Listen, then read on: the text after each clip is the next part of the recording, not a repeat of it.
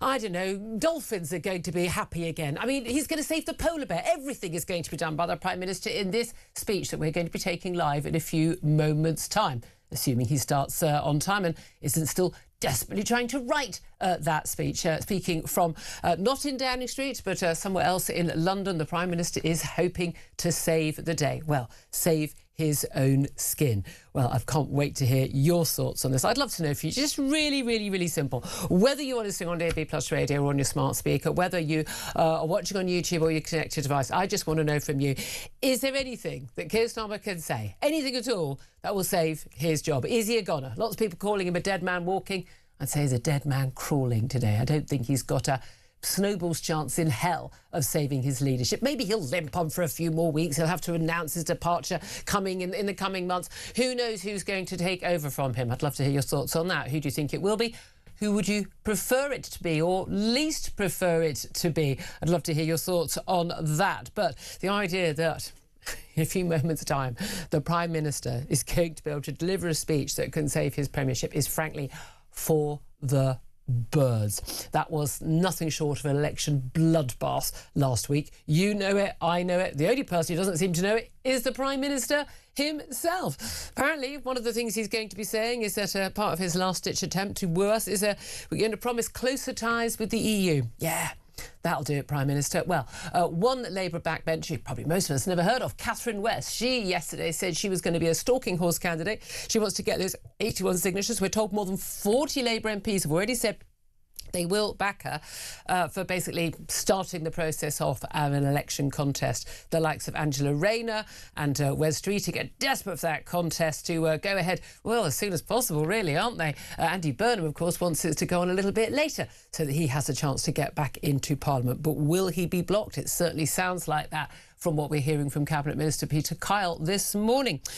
So much to talk about, so much I want to hear from you on. Give us a call. 0344 499 1000 is the number to get in touch. You can text us on 87222. Get in touch with us on X at talkTV. Calls are charged of the national rate and text cost one standard network rate message. Delighted to say Benedict Spence, Conservative commentator, joins us right now. You've got a wonderful smile on your face. I mean, smile? There's really? no doubt at all. I mean, those election results were quite astounding on time. I mean, by the way, yeah, there were some elections last Thursday. Now, I've not been on air since, so fantastic job by Alex on Friday with some of the results having come in, but it just got worse and worse and worse for Labour. No matter what, it just got worse. And the reality of it, it didn't matter how many predictions there'd been and that it wasn't quite as bad as the worst predictions, it was still a visceral shock to an awful lot of Labour supporters and Labour MPs and Labour ministers. A lot of those who basically fancy their eye on the big job, saying, well, now is my chance. What do you think the Prime Minister's going to say, and can he say anything in the next few minutes that will change anyone's minds? I think he will attempt to break the world record for the amount of times a man can say, let me be clear, without actually being clear. That's pretty much the only thing I think's going to happen. Apart from that, you said he might try and save the polar bears. Listen, if he brought a polar bear on stage and wrestled it, maybe that would change things. Do you know what? Nobody else has done that. You would, absolutely. If he's looking for any sort of last-minute ideas, there's one right there. Don't know where you get a polar bear from, but who knows? But that would be something. By definition, him saying, he either says we're going to carry on with a bit more of the same, but he keeps saying, what was one of the lines we know has been quoted out from the speech put out in advance, incremental change won't cut it. But he'll also say, set out the next steps in his plan to build a stronger and fairer Britain in the coming days and weeks. So incremental change, but in steps. In the coming days. So incremental, I mean, but the thing is, he either says, you know what, everything that we've been doing is just fine. We just need to give better messaging. There's this whole idea that it's the messaging. No. I mean, it may, to a certain extent, be the problem with him and his personality, his inability to communicate and be accessible. And I don't know, maybe calling a load of us far-right bigots for quite a long time, maybe that didn't help. Going out on a limb there, Keir. But we are, yeah, it is quite bizarre. Now, listen, actually, we're going to carry on talking in a moment, but after we've heard from Keir Starmer, who's now approaching the podium, and let's hear what he's got to say. Stay tuned.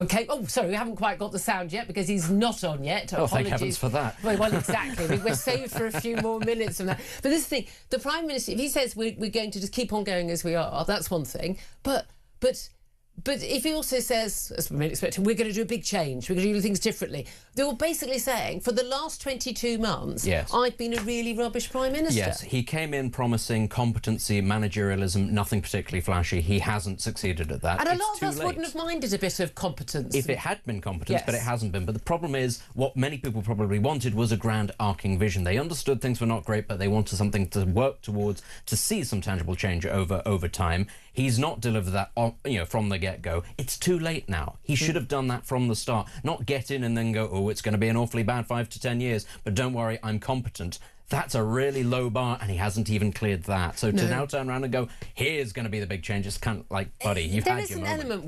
There's an element where he is basically, bound, arm behind his back by his own Labour backbenchers, who are all economically illiterate, have not got a clue of, but even like, the Burnhams and the he's not in the backbench right now, but a lot of support there, and Rayner, we don't want to be, told what to do by the bond markets.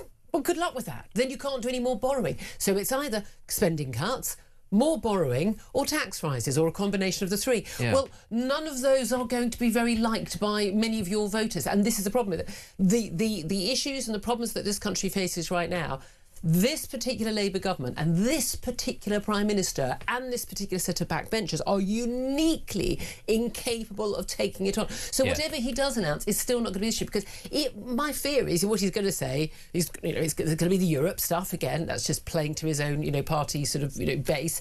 And then there's this belief that they have that everything would be fine if only we were inside the EU. Yeah. When if you just look at the countries in the EU, I mean, that's patently untrue. Actually, we'd be better off if we were a 51st state of America, actually, economically, so we can stop that nonsense.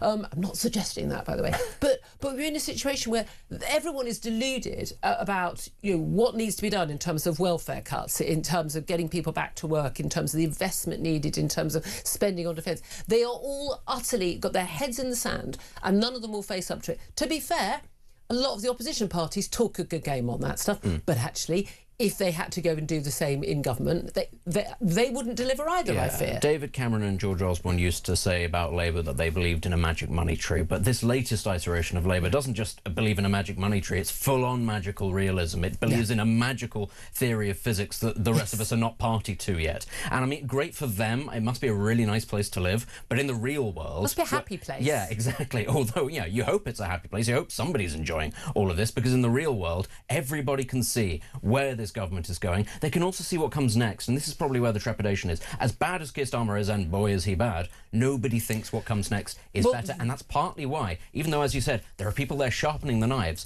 nobody's actually diving in two-footed yet, because they all understand on some level they are not up to it either. Well, indeed. I mean, Angela Rayner still rates her chance as the former Deputy Prime Minister, still dealing with a taxman over her unpaid stamp duty. By the way, a policy that she brought in herself as Housing Secretary. Yes. She's still hoping to get back in. She seems to be tying herself very much to Andy Burnham, pushing for him, or maybe she's just trying to woo his people. Andy Burnham apparently has an MP willing to give up their seat today, but that only counts if there is a by-election held within the next few weeks. Right now, Keir Starmer is about to start speaking, so let's go live to central London, where the Prime Minister is going to try and save his job. Thank you.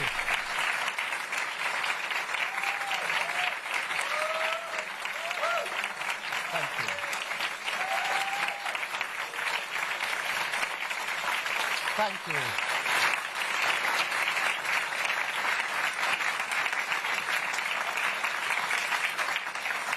Thank you very much. Thank you very much. And thank you, Jay. They were such powerful words. Thank you for that introduction. The election results last week were tough. Very tough. We lost some brilliant Labour representatives. That hurts. And it should hurt. I get it. I feel it. And I take responsibility. But it's not just about taking responsibility for the results. It's about taking responsibility to explain how, as a political and electoral force, we will be better and do better in the months and years ahead. Because we are not just facing dangerous times, but dangerous opponents very dangerous opponents. This hurts not just because Labour has done badly, but because if we don't get this right, our country will go down a very dark path.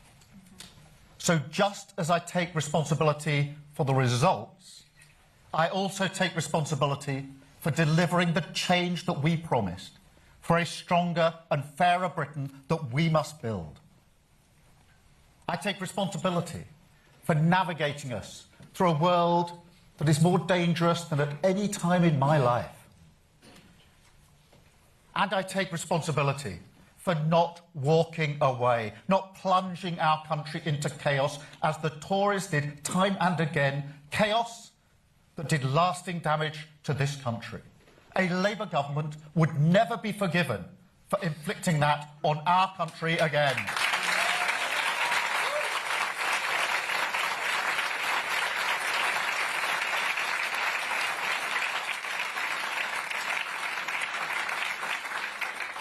I know that people are frustrated by the state of Britain, frustrated by politics, and some people frustrated with me.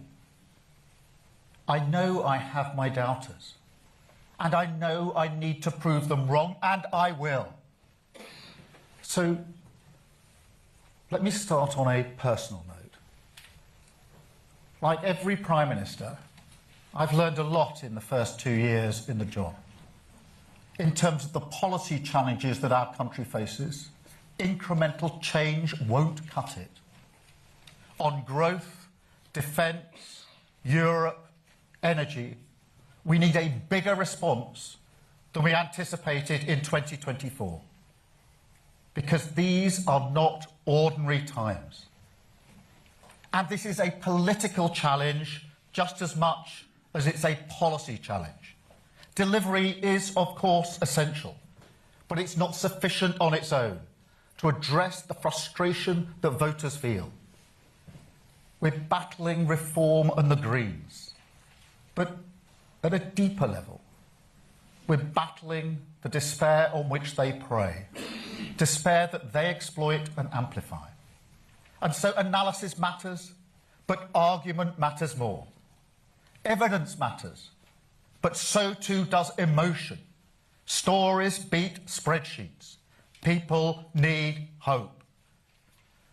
So we will face up to the big challenges, and we will make the big arguments, the Labour case, that only Labour values and Labour policies can ensure our country not only weathers these storms, but emerges stronger and fairer.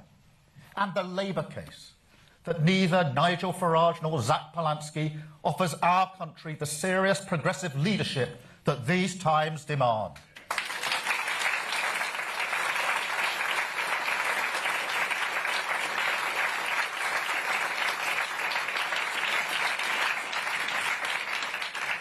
Of course, like every government, we've made mistakes. But we got the big political choices right.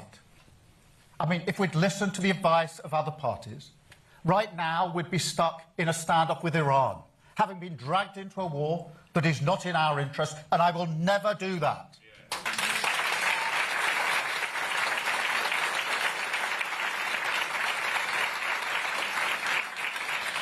We have invested in our public services, in people, in the pride of Britain's communities. Difficult decisions funded that. But now, NHS waiting lists are coming down. Child poverty is coming down. Immigration is coming down. And we are rebuilding from the ground up. They were the right calls. And most of all, we stabilised the economy. The fundamentals are sound. And that matters, because it puts us in a much better place to come out of the conflict in Iran stronger and fairer, and for living standards to improve after 2 decades of stagnation. But that's not enough, clearly. No. For the British people, tired of a status quo that has failed them, change cannot come quickly enough. And truth be told, I'm not sure that they believe that we care. I'm not sure they believe that we see their lives. That's tough to say. When you come from a working class background like me, it's hard to hear that. Because I do know what it's like to struggle and to strive. But what I take from it is that I've spent too much time talking about what I am doing for working people and not enough time talking about why or who I stand for. Because I can see how hard life has been during these decades of crisis. I can see that very clearly. My late brother Nick spent all his adult life going from one job to the next. The status quo did not work for him. My sister is a carer, working long hours on low pay, year after year after year. She didn't even get sick pay in the pandemic. The status quo did not work for her. For too long, we've ignored people like that. And there are millions of people in that boat, millions of people who don't get the dignity, the respect, the chance that they deserve to go as far as their talent and effort should take them. Millions of people held back because the status quo in this country does not work for them.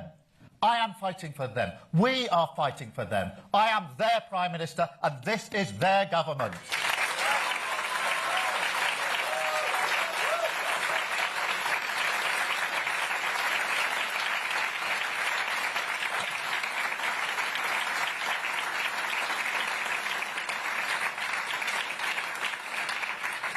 Because I know whose side I'm on.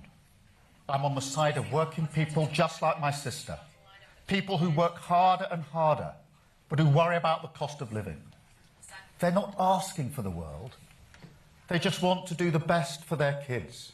They want their town centres, the places they care about, to thrive, their public services to work, and people in power to see their problems.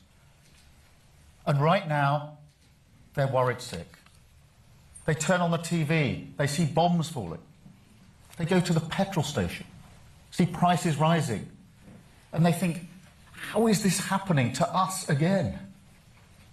They say, how can I be paying the price for a war thousands of miles away that I don't support, that Britain isn't involved in? And it's not a new feeling, is it? For 2 decades, our country has been buffeted by crisis after crisis. The 2008 financial crash, the Tory austerity that followed it, Brexit, COVID, the Ukraine war, on and on it goes. And the response is always the same. A desperate attempt to get back to the status quo, a status quo that failed working people time and again. Our response this time must be different. A complete break. We must make this country stronger. Take control of our economic security, our energy security, our defence security, and we must make this country fairer.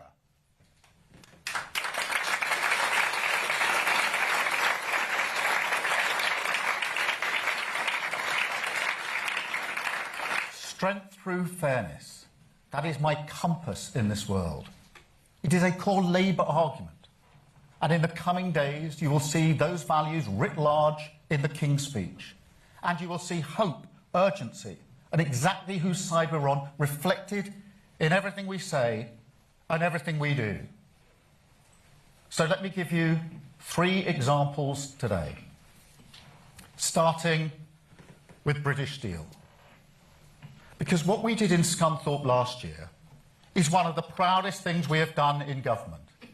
That plant was hours away from closure, and that is thousands of jobs gone, an entire region decimated, Britain's security exposed. And so we acted. Parliament was in recess, but it didn't matter. As a united Labour Party, we passed emergency legislation and we took control.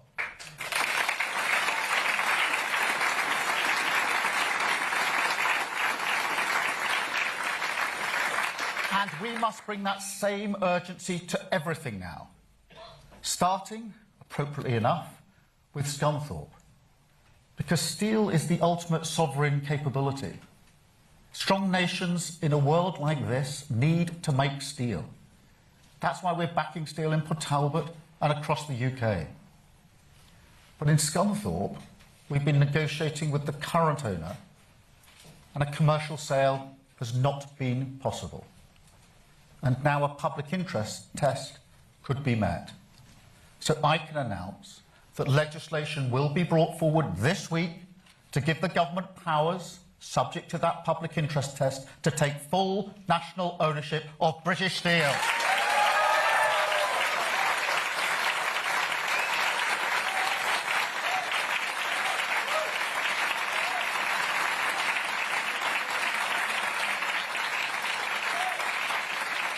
Public ownership in the public interest. Urgent government on the side of working people, making Britain stronger with the hope of industrial renewal. That is a Labour choice.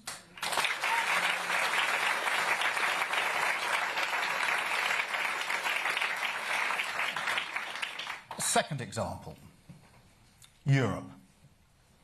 And I'm sorry, but I need to take a bit of a detour on this, because I want to remind you what Nigel Farage said about Brexit. He said it would make us richer. Wrong. It made us poorer. He said it would reduce migration. Wrong. Migration went through the roof. He said it would make us more secure. Wrong again. It made us weaker. He took Britain for a ride, and unlike the Tories, actually, who at least had to face up to it, he just fled the scene. And now he'll talk about almost anything other than the consequences of the one policy he actually delivered. Because he's not just a grifter, he is a chancer.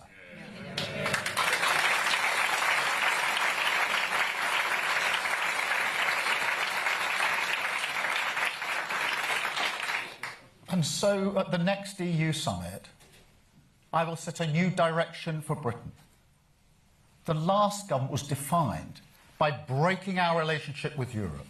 This Labour government will be defined by rebuilding our relationship with Europe, by putting Britain at the heart of Europe, so that we are stronger on the economy, stronger on trade, stronger on defence, you name it. Because standing shoulder to shoulder with the countries that most share our interests, our values, and our enemies, that is the right choice for Britain. That is the Labour choice.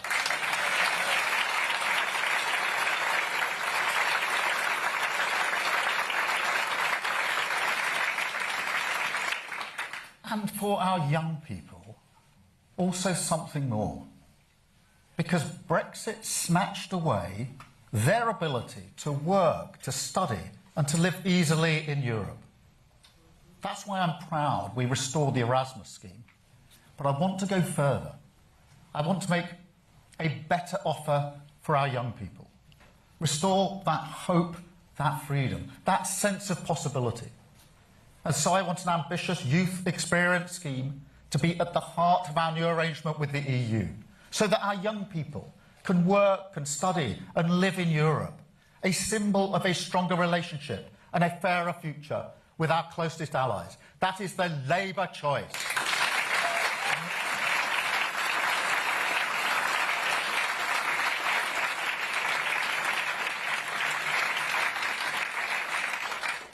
And third, the greatest hope. The hope that every parent has of a better future for their children. And I want parents to feel that that is shared by their government. Now, my parent, don't worry, I'm not going there. But they didn't have a lot of money. And my mum was seriously ill for almost all of her life.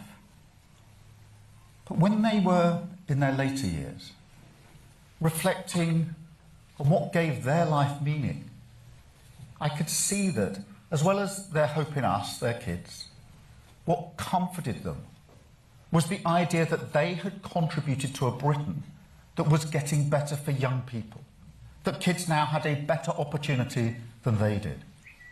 And so I have always been driven by the idea that every child should go as far as their talent or effort takes them. It's a beautiful idea, shared widely across this country. We tell ourselves stories about it, don't we? Stories, not unlike mine, about the working class kids who do make it. And I don't blame people for telling those stories. It's important to tell those stories. But it's not everyone, is it? So when I say every child should have the opportunity to go as far as their talent or effort takes them, I mean every child. I mean the kids who are growing up in poverty, the kids who have special educational needs, the kids who can't get a job, and the kids who are ignored, frankly, because society often only puts those who go to university on a pedestal. We don't really see anything else as success. And that is wrong, deeply wrong. So we will go much further on our investment in apprenticeships, in technical excellence colleges, in special educational needs. We will make sure that every young person struggling to find a job will get a guaranteed offer of a job, training or work placement. And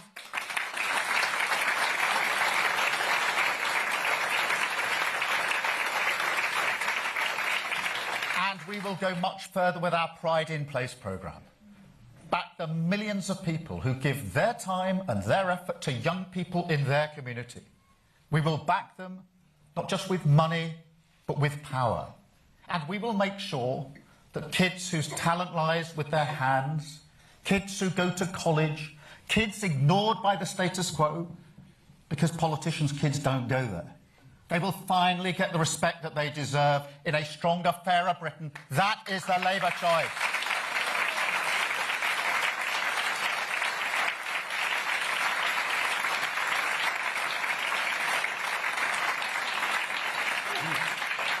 These are just a few examples, but they show the urgency and hope in our direction. They show the Labour values we will be guided for. And they show, frankly, the lessons that we will learn. Now, other parties will draw different lessons. In fact, they already are. They want more grievance politics, more division, more pointing at Britain's problems, looking not for solutions, but for someone to blame. Now, that's fine if it's me, if it's politicians, that's the job. But increasingly, it's not. It's other people in this country. And I don't think that's British. That is not the decency and respect that we are known for.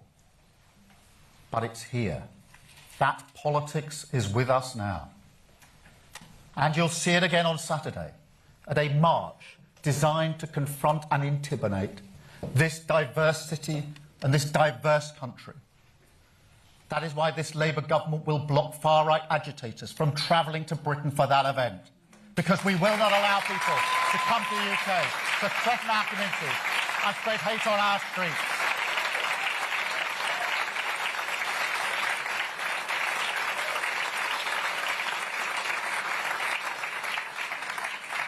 This is nothing less than a battle for the soul of our nation. And I want to be crystal clear about how we will win it. Because we cannot win as a weaker version of Reform or the Greens. We can only win as a stronger version of Labour, a mainstream party of power, not protest.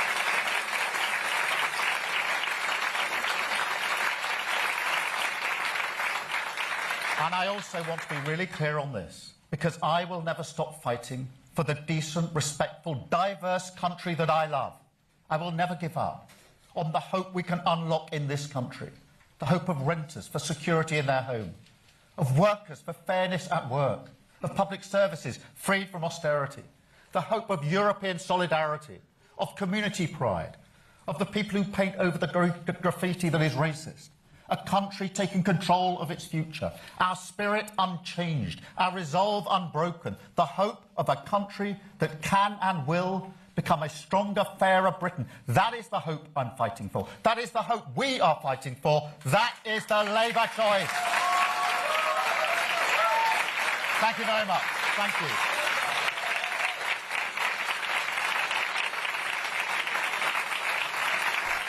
Well, that was the end of Keir Starmer's speech. I mean, I've got to be honest with you, a load of word salad and empty soup as far as I can tell. But we're going to take the first question from journalists, hear what he has to say to that. I think he's going to be very clear, and then we'll come back and discuss this. This is Talk. Stay tuned.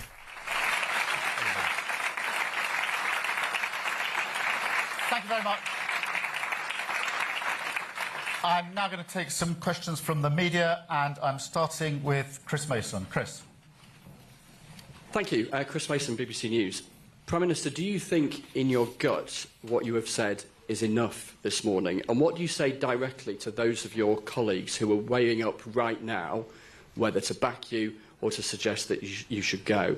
And if I may, would you back continuing to block Andy Burnham from trying to return to Parliament? Well, Chris, there's a lot packed into that question. Let me just... What I'm doing is setting out the response, the direction that we need to take, and the acknowledgement that in the world we live in now, we need a bigger response than 2024. It is a different world, and an acknowledgement that this isn't the first shock the country's been through with the Iran conflict. We've had plenty of those in the last 20 years, but every time the government of the day has tried to get back to a status quo that doesn't work. We're not going to do that this time. That is the urgent task facing our country. We were elected into office to change this country, to bring about the change that is needed. The frustration that has been spoken about is a frustration of at least 20 years, if not more. That is what we're charged with changing. That is what we will change. In relation to Andy Burnham, obviously, any future decision is for the NEC. Andy's doing a great job as mayor in Manchester. And I actually work really well with Andy, and I'll give you two examples. On Northern Powerhouse Rail, which is really important for the North West. We are working together on that project. But equally, we've stood together to support Manchester, the community, when we had the terrible attack on a synagogue last year. Andy was the first person I phoned, and I went straight to Manchester to work with him on our response. So we work very well together, but the actual decision will be one for the NEC. Thank you, Chris, very much. Beth, from Sky News. Thank you.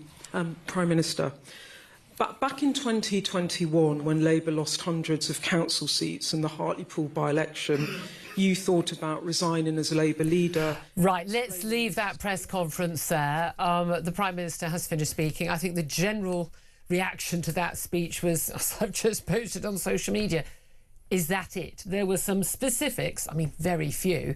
Didn't mention he was the son of a toolmaker. I think we've got to be grateful for that. There was a lot of let's be very clear, though. Let me be clear with you. But he did talk about strength through fairness. No one knows what that means. He's on the side of working people. He grew up poor. Yeah, lovely. He wants hope and urgency. And he says that we got the big political choices right. I mean, I think if he got the big political choices right, he wouldn't be in this predicament right now, would he? But he had a specific promise on British Steel, taking it back into national ownership. I mean, that may be something a lot of people support, but is that the answer to the predicament the country and indeed this government is in? A reset with Brexit, with Europe, bad-mouthing Nigel Farage, calling him a grifter, basically calling him a criminal. Grifter is a con man. He's calling him a criminal. Not quite sure that's going to help win back a lot of voters in the Red Wall. And talking about some very unspecified help for young people. Just a brief response from you, Benedict Spence, because you and I are just sitting there just going, what is going on throughout that whole speech? Yeah, days like today, I understand why dishonoured Japanese leaders committed seppuku, because it's, cleaner, quicker, less painful, and everybody's more dignified for it, frankly, than what that was. That was just, as you said, it was tawdry, it was painful, and it got us nothing. I want to know exactly how much time was spent focus grouping. Does he wear a shirt and tie? Does he have no tie, no jacket? How many buttons? Does it? Yeah, and one for work, two for cash, three for Cal. Everyone knows the rules. Rolling up the sleeves, not rolling up. Genuinely, they would have spent time doing that. This is supposed to be a speech from the heart with an autocue. Yeah. I mean, this is the stuff, frankly, I've been around a long time. Tony Blair could have done standing on his head. This is stuff that David Cameron could do standing on his head. The people who can actually communicate, who could do that, he can't do that. This is a man who thinks that bringing back Gordon Brown, bringing back Harriet Harman and giving a speech like that is going to save his premiership. It is beyond delusional. I mean, genuinely, this is bring in the men with white coats. You have lost your mind, as has everyone around you. Yes. That's the territory we're in. Yeah, I mean, at this point, I wouldn't be surprised if we brought back Peter Mandelson again, because there's absolutely nothing else going on. You know, honestly, it's vacuous, it's empty. You know, announcing now that you're going to be maybe bringing forward, you know, a plan to nationalise British Steel now at the end of it. Like, nobody cares about that. Nobody is going to sit there and go, oh, well, fantastic. In that case, our prayers have been answered. Nationalise British Steel. Why did I not vote Labour at the last election? Honestly, it's the tiredest appeal to old-fashioned kind of Labour ideas, and no one's buying it because he's isolated all of those people who would once have thought that way. Well, as I said earlier, he's not a dead man walking, he's a dead man crawling. Well, after that speech, he's just a dead man. Full stop, end of. Catherine West, the Labour backbencher, who said she was going to launch a stalking horse bid to basically start the ball rolling and get a leadership contest over and done with. She's apparently got some 40-odd MPs anyway, needs 81. Technically, she doesn't need 81, actually, as well. She could actually do it just by starting the ball rolling. She said she was going to wait and see what his speech was like, and if it was amazing, then she would stand down.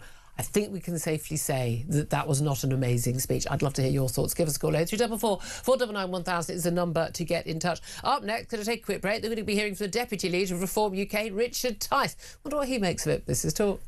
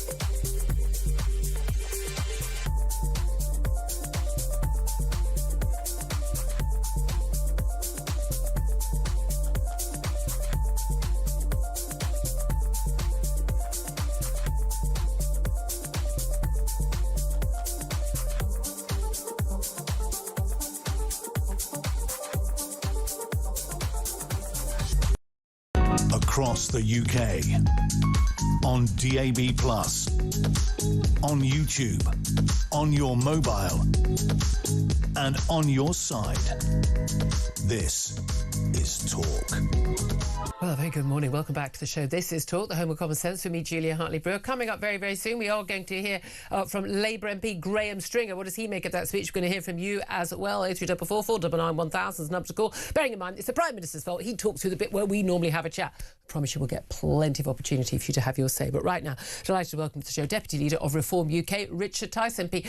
Very good morning to you, Richard. Well, I'm just waking up, Julia. I'm just waking up. I've just nodded off halfway through that speech from I write notes. I find it easier to stay awake. Prime Minister today. Whether we'll be Prime Minister this time next week or the week after, who knows?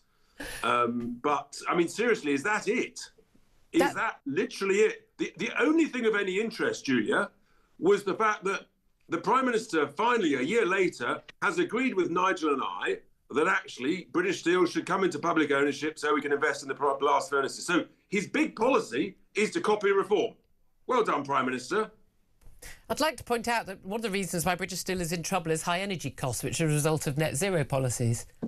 Exactly. I mean, you know, he didn't really mention energy, but all he really did was, apart from copying our policy on British Steel, was to sort of, he called us dangerous opponents and lobbed a few slurs at Nigel specifically, seemingly therefore to forget that actually Nigel and Reform were the big winners last Thursday. So in a sense, he's basically saying that all those voters are dangerous. And yeah, I think he's completely misread the room, Julia. I do think insulting voters is a bad idea, isn't it? Because you're basically saying the people who used to vote Labour, who were fine then, are suddenly awful, terrible racists and bigots because they're voting for you.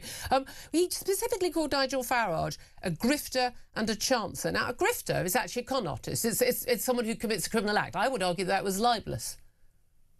Well, that's the nature of a pretty brutal world of politics. The real point is that he has just completely ignored all of those traditional Labour heartlands in the Midlands and in the North, what's known as the Red Wall, that last Thursday, and when the votes were counted on Friday, we have completely repainted a bright, optimistic turquoise colour. And he's essentially said they're a bunch of dangerous, racist voters. And of course, he's completely and utterly wrong. These are socially conservative, deeply patriotic, and deeply concerned British citizens and voters. And they have they've rejected socialism and they've rejected Starmerism, or Starmageddon, let's remind ourselves. I mean, Starmageddon is actually far worse than I envisaged when I invented the word 2 years ago. It's become an absolute horror show. I think he's toast, Julia. It's just a matter of how long he's got. OK. Who would you prefer to be the next Prime Minister after him, then, other than Nigel Farage? There is only one, Nigel Farage. OK, but realistically, there's not... Labour MPs are not going to vote to dissolve Parliament. I don't care who the Labour Party replace him with. The good news is, whoever it is, it will accelerate a general election. And that is to the good of the country. OK. Now, I want to come back to, I mean, no doubt at all, an astonishingly Reform victory in last Thursday's elections. I haven't been on air since then, and all congratulations to you and your party, fellow party members. But I do want to ask you about two of the big stories that have been in the news about your party. And I have to say, I was very disappointed to hear your language about this in the media rounds yesterday. And this is your Sunderland councillor, Reform councillor called Glenn Gibbons, who's only just been, last night, has been actually suspended after racist posts he wrote, not in the long distance past, not all nuanced, really blatant racist posts about how there were too many potholes in the town. This is back in 2024, the long distance past, not his school days, Richard, talking about how Nigerians should be melted down and used to fill potholes, complaining about the number of Nigerians in town. When you were asked about this yesterday on Media Round, you described it at one point as daft, daft things like this. An elected councillor for any party, let alone your own party, talking about melting Nigerians down to fill potholes. Are you really saying you think that's daft and not absolutely disgustingly, outrageously racist? I wonder if you correctly heard the interview, Julia, because you would have heard me say very clearly in that interview with Laura Kunsberg that I condemn anything that is inappropriate and wrong, and that covered the whole gamut. You dismissed it as daft things. No, Julia, yes, absolutely you did. not. Julia, I did not. I very clearly said, and there's a whole load of nonsense and lies put out on social media, I clearly said I condemn anything that is inappropriate and wrong. And that obviously covered that message. But it took a while to suspend him. This was out for quite a little while. Now, there's no doubt at all there is a lot of focus on any Reform councillor, they're past social media. Julia, the same with the Greens. But you and I would absolutely support vile anti-Semitic comments from Green councillors and them being instantly suspended. I'm not going to take people in the media telling lies about my response yesterday. It was clear, Julia, absolutely robust. Well, we'll have to agree to disagree on that. He's now been suspended. But I thought you were vetting your candidates better now. Julia, we've got 5,000 candidates. And it's a post from 2 years ago. Across all of the parties, when you've got 5,000 candidates, the odd person will slip through. It's just the nature of it. If you've got 500 people in an organisation, some muppet somewhere will do and say something wrong. That's the nature of it. Let's also talk about, and this is an ongoing issue, and a lot of people are very cross now. I haven't had you on my show or certainly Nigel Farage to ask about this big row over this £5 million donation from billionaire Christopher Harborne to Nigel Farage, a personal donation of 5 million quid to basically, which Nigel Farage said is for his security. There's a really easy way to deal with this. I completely understand. If it is for his security, totally justified. He should, in my view, it's outrageous that the state is not funding full security for Nigel Farage. When he was an MEP, as an MP, as a party leader, I think it's an absolute national outrage that he's not getting that support, and I know he's not. I'm also fully aware of the threats that he faces. However, you can really easily clear this up, can't you? Nigel Farage can just present to I don't know, an independent figure, some sort of independent figure, whether it's parliamentary standards or whatever, the receipts for the cost of his security, which we know is in the hundreds of thousands every year, present those receipts, show that that is where the money is going, job done, no issue, move on. Why don't you do that? Do you want the receipts for my underwear as well? Do you want the receipts for my socks? I mean, Julia, that's ridiculous. Hold on a minute. When Lord Ali was giving free suits to the Prime Minister, free gear Keir, we all had a lot to say about it. Yeah, but I think Julia, it's completely legitimate to say what is this money being spent on. That's because he was an elected politician subject to the ministerial code. It's apples and pears. You know that. Nigel was not a politician. Within a year of election, he was required to register if there was any query about how it could be seen. Read the rules. I've read the rules are rules. crystal clear. If it's a gift and if it's not to do with politics, then it does not have to be declared. Those are the rules. That's the advice that he's got. And if Keir Starmer had a £5 million gift before he became MP or before he became party leader and he didn't declare that, you'd be all over this, and so would I. I think we should just have the same... If he was an MP, Nigel wasn't an MP. No, he wasn't an MP, and I know that at that time he was not planning to return. I get all of that. There you are then. But so you've agreed with me. But no, the rules are very clear. It's not just... They are, and we've complied with the rules. Richard, the rules state that within a year, up to a year, before you become an MP, any amount that could be seen to be questioning your any loyalties you have. It's really simple. I'm quite happy to believe that Nigel Farage in this. I understand the security concerns. I think it's outrageous. Anyone should go cap in hand to a millionaire mate, whoever it is, to ask for help with their security so they can stay alive. I've got no issue with that. It's awful that he has to do that. He just has to produce the receipts. What's the issue with that? You can clean it up. Either you want people to follow the rules or you don't. The rules don't say you've got to provide the receipts. It's as simple as that. The rules say if it was a gift and if it was nothing to do with political purposes, but if it can does be not have to be declared. Perceived to be... Well, that's part of the rule. That's a subjective judgment. But you understand that it's enough of a subjective judgment by enough I understand. people. Well, what I understand, Julia, is that this has been going on for the last 12 days, and the voters had the opportunity last Thursday to declare it, and they said, up yours, Delors. They said, we want Nigel as our next Prime Minister. We're going to set a very clear trend, and they have rejected all of this smearing and sneering from the establishment media. But it's not smearing. He did receive the £5 million. But the suggestion that he's broken the rules, we disagree. And the voters have said...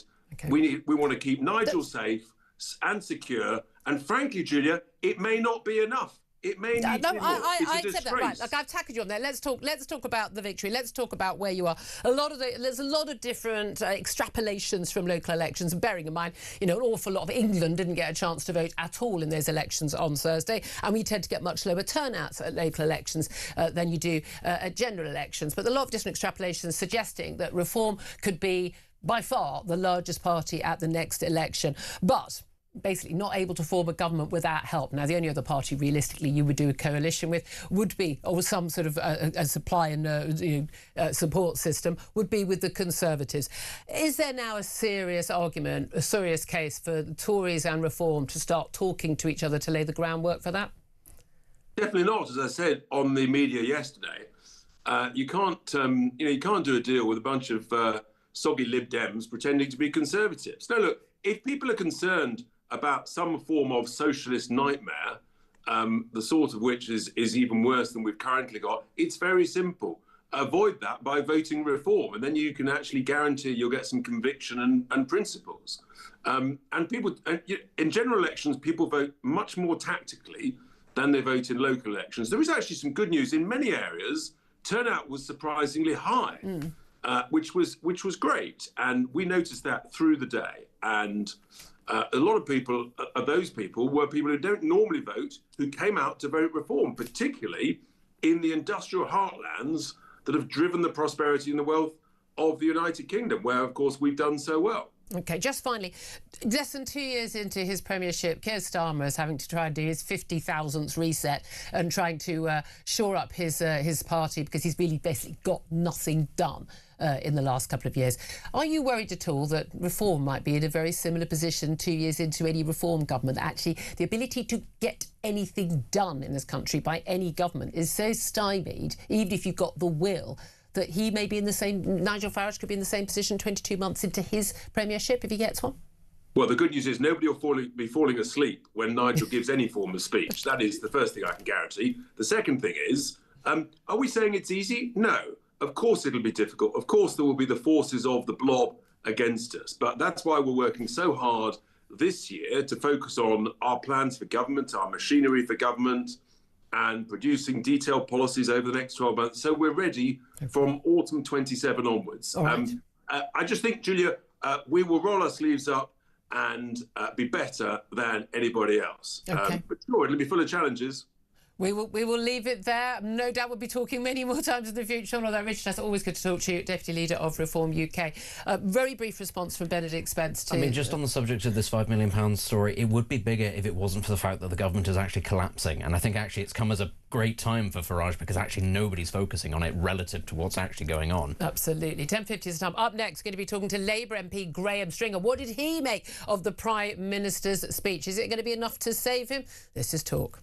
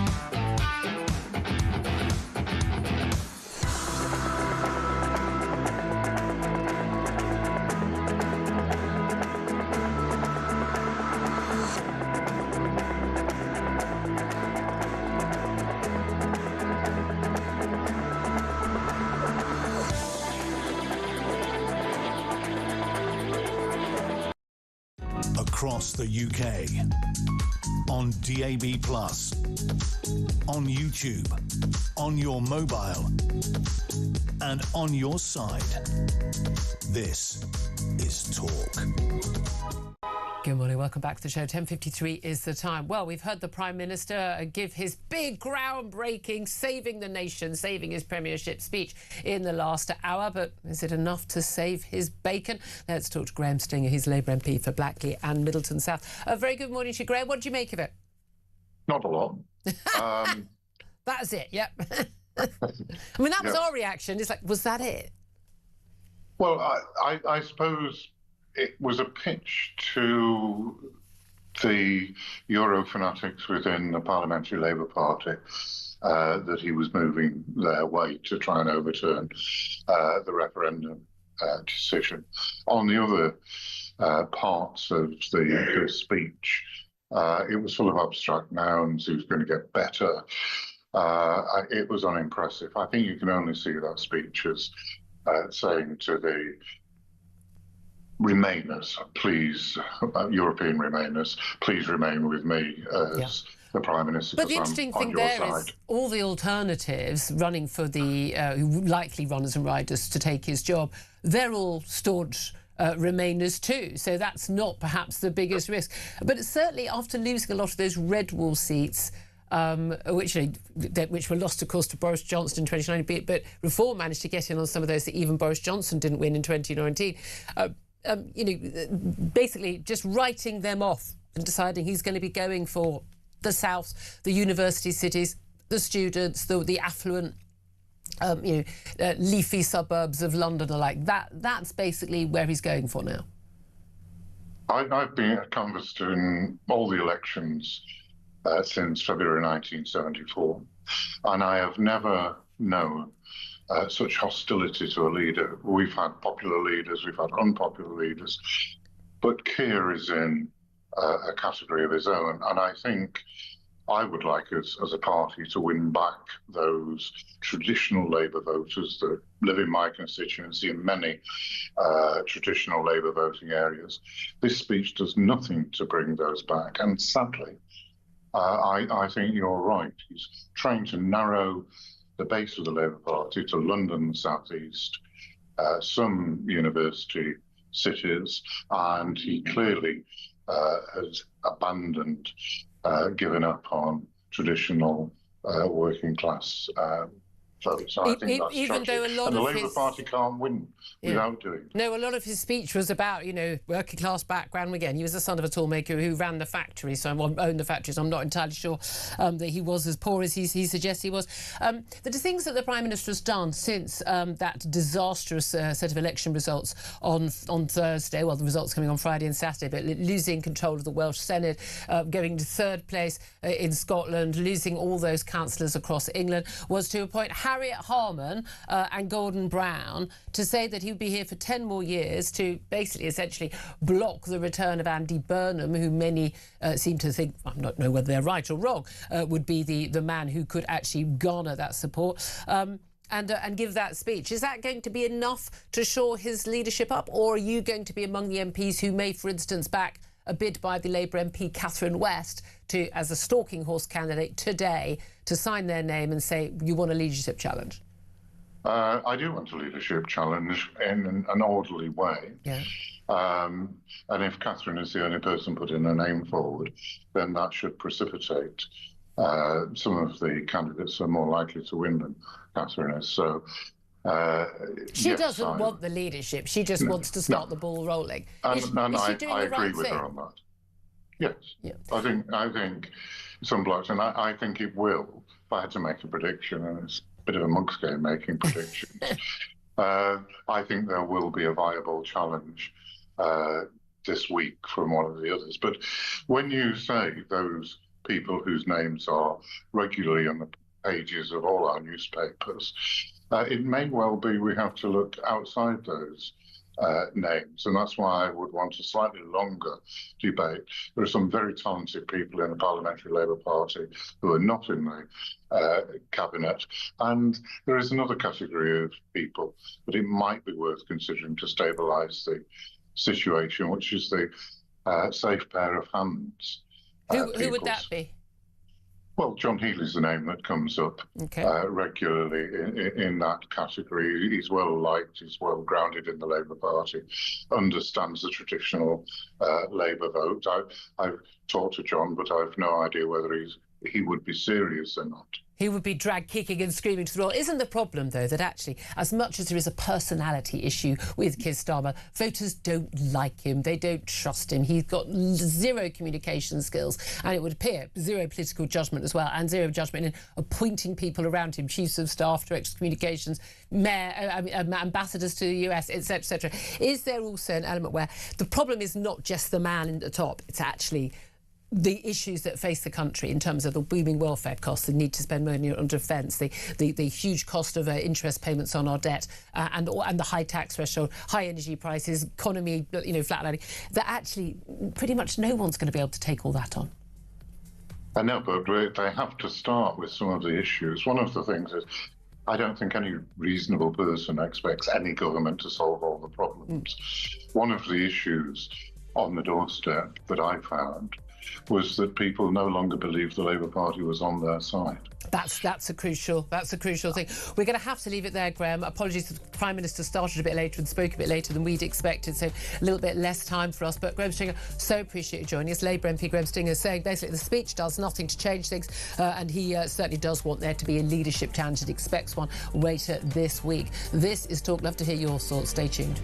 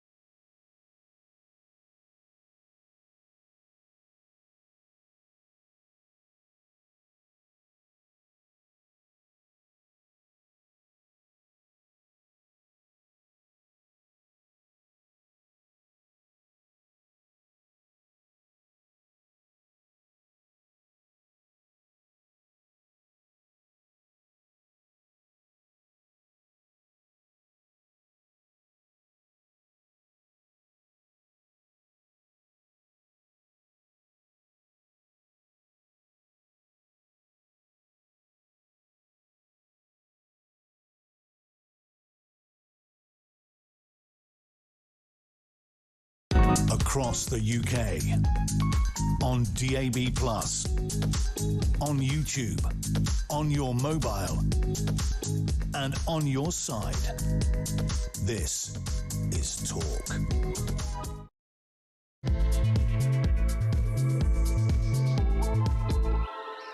Very, very good morning. This is Talk, the home of common sense, with me, Julia Hartley-Brewer. It's fast approaching 3 minutes past 11. Don't worry, you can come out from behind the back of the sofa. The Prime Minister has spoken. Everything's now fine. Leadership continues. Labour government is shored up and strong. There will be no leadership challenge, and he is going to basically take us forth, and the world is going to be a greater, wonderful, more beautiful and peaceful place. Did you not get that memo? Apparently that is what the Prime Minister was hoping would come about as a result of his speech. I think we can safely say that was a big, fat, damp squib. I mean, we all knew it would be. Anyone who seriously thought that this Prime Minister was remotely capable of delivering a speech with either the substance or indeed the passion, the finesse that frankly, the average 6-year-old could do in a presentation in their primary school for assembly, I mean, is living in cloud cuckoo land. They would be delusional, as the Prime Minister is clearly delusional. I'm afraid, Prime Minister, telling everyone you came up in a working class background, telling everyone that you're not out of touch with how ordinary people vote and what they think, when you'd spent the last couple of years telling a lot of ordinary people that they're bigots and far-right racists. And just rolling up your shirt sleeves and not wearing a tie doesn't make you look like a man of the people. It makes you look scruffy. What are you doing? Why aren't you wearing a tie and a suit on a Monday morning like everyone else who's gone to work in an office job? I'm afraid, Prime Minister, that fell so far short of the sort of speech it would have had to be. But that's not going to be a surprise to anyone who has spent any time in this country, not under a rock, with earmuffs on for the last, 7 years, 5 years or 4 or 5 years in opposition and almost 2 years in power. So I'd love to hear from you. I was asking you beforehand, what can Keir Starmer say, if anything, to save his job? I mean, what could he have said? Is there anything he could have said that would have made you think, you know what?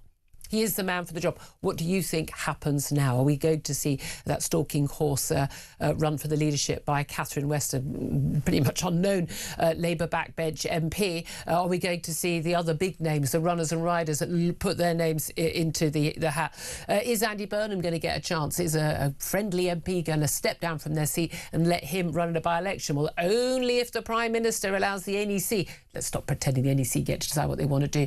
Only if the Prime Minister basically gives the thumbs up for him to get the right to stand down from that job as Manchester Mayor. From what was going on this morning, from what was being said by his representatives this morning, doesn't sound likely that that is going to happen. So who are we going to end up with? Is it Wes Streeting? Is it Angela Rayner? Is it someone else entirely? Who would you prefer? Give us a call. I'd love to hear your thoughts on all of this. 0344 499 1000 is the number to get in touch. Text the word talk in your message to 87222. Get in touch with us on X at talkTV. Calls cost £1, charge at the national rate. Text cost £1, standard network rate message. Delighted to say Benedict Spence still joins us in the studio. Benedict, we're going to take as many calls as we can because, of course, we missed the chance of getting calls in the first hour, as we normally would, because of Prime Minister was speaking. I mean, there was nothing in there. But no one sensible thought that the Prime Minister could give a speech that would change anyone's minds or even shore up support. You either think he's any good or he's the least worst option, or you don't. Yeah, it's not serious to think for a second that any speech could have rescued. He could have given a full-on Martin Luther King thing, or, it could have been Mussolini, slamming his fist on the table. I could see him being, I have a dream. He would have motivated nobody. It doesn't matter how good a public speaker he would have magically turned into. I have a dream. Yes, but he doesn't. That's the problem. He never dreams. That's, if he had a little bit of a... Well, I think he just switches off at the back. Yeah, if he had a little click. If he had that... Vic just turns him off. This is the thing. Recharges. If he had a little bit of... a little bit of creativity, maybe he could have been a better Prime Minister. And I am talking about him in the past tense because he's not the Prime Minister anymore. I mean, he's just dead man walking. As I said, dead man crawling, just dead man right now. There's no doubt at all he's toast. He's not going to survive. There was talk about him. I mean, this is the thing. Over the weekend, if we go through what happened, we had this basically big surge for reform, and there's a lot of analysis going, reform didn't do as well as Labour didn't quite as badly. It was an annihilation for Labour. It was not good news for the Tories. They actually went down in terms of a couple of percentage points, but there's, Kemi Badenoch is still ahead of the Tory party rating, so she is safe in her job. But there's no doubt at all. Greens didn't really perform as many would have thought the surge would be. I think they're probably a busted flush at this point. More revelations about Zach Polanski. Basically, the man's just got a completely made-up life. I mean, he's Walter Mitty, although he's now been dubbed Walter Titty because he's the man who tried to hypnotise women into having larger breasts. I mean, that's he's a laughing stock, and frankly is basically hanging out with anti-Semitic Islamists is not a good look to most of the British general public, unless they've got green hair or pink nose rings or whatever. But there's no doubt at all that Reform are on their roll. The momentum is continuing, and when the Prime Minister speaks out and talks about this is the battle for the soul of our nation, we can't win as a weaker version of Reform or the Greens, but as a stronger version of Labour. People go, well, okay, yeah. But what is your stronger version? The only thing of substance was, closer ties with Europe, yada, yada, something about young people that I couldn't make head nor tail of, and taking British Steel back into national ownership. If those are his big ideas, that's it. That's my leadership's on a knife edge. Those are my big ideas. I mean, there's nothing there. Honestly, it's one of those where, British Steel international ownership, it's one of those things where you can sit there and go, yes, on a rainy day, I'd be prepared to have an interesting conversation about that. Is it enough to build a premiership on? No, not at all. Obviously But does anyone in Downing Street think it is? That's the fascinating thing. I think that all of that was aimed at sort of core parts of what he might call his coalition of voters, Europe being the other very good example of this, that he's going to use to try to rally around enough support to survive. When you're in that kind of realm, you're just trying to get enough support to survive. It would be more dignified if you left, because it's over. This is the thing. he doesn't have the support. Even if he had the support, he doesn't have the vision. What is there exactly that we're holding on for here? Yeah. What do we expect is going to change? Yes, but also, why? What's the point? I mean, it could be one of those, après moi le déluge, it could get even worse without him. Now, there is a concern that, the bond markets didn't really move. You've got all these contenders, pretty much, other than Wes Streeting, and even then, I like Wes Streeting. I got on with him very personally. I have no idea what Wes Streeting really thinks about anything. In the same way that no one had any real idea what Keir Starmer thought about anything, which is why everyone ends up being disappointed. Yes. Was he Tony Blair in a nice suit, or was he Michael Foot in a smarter suit? Yes. And who knows? But this is the thing. There's just no way of knowing that, other than we know that Rayner is to the left, we know that Andy Burnham is to the left.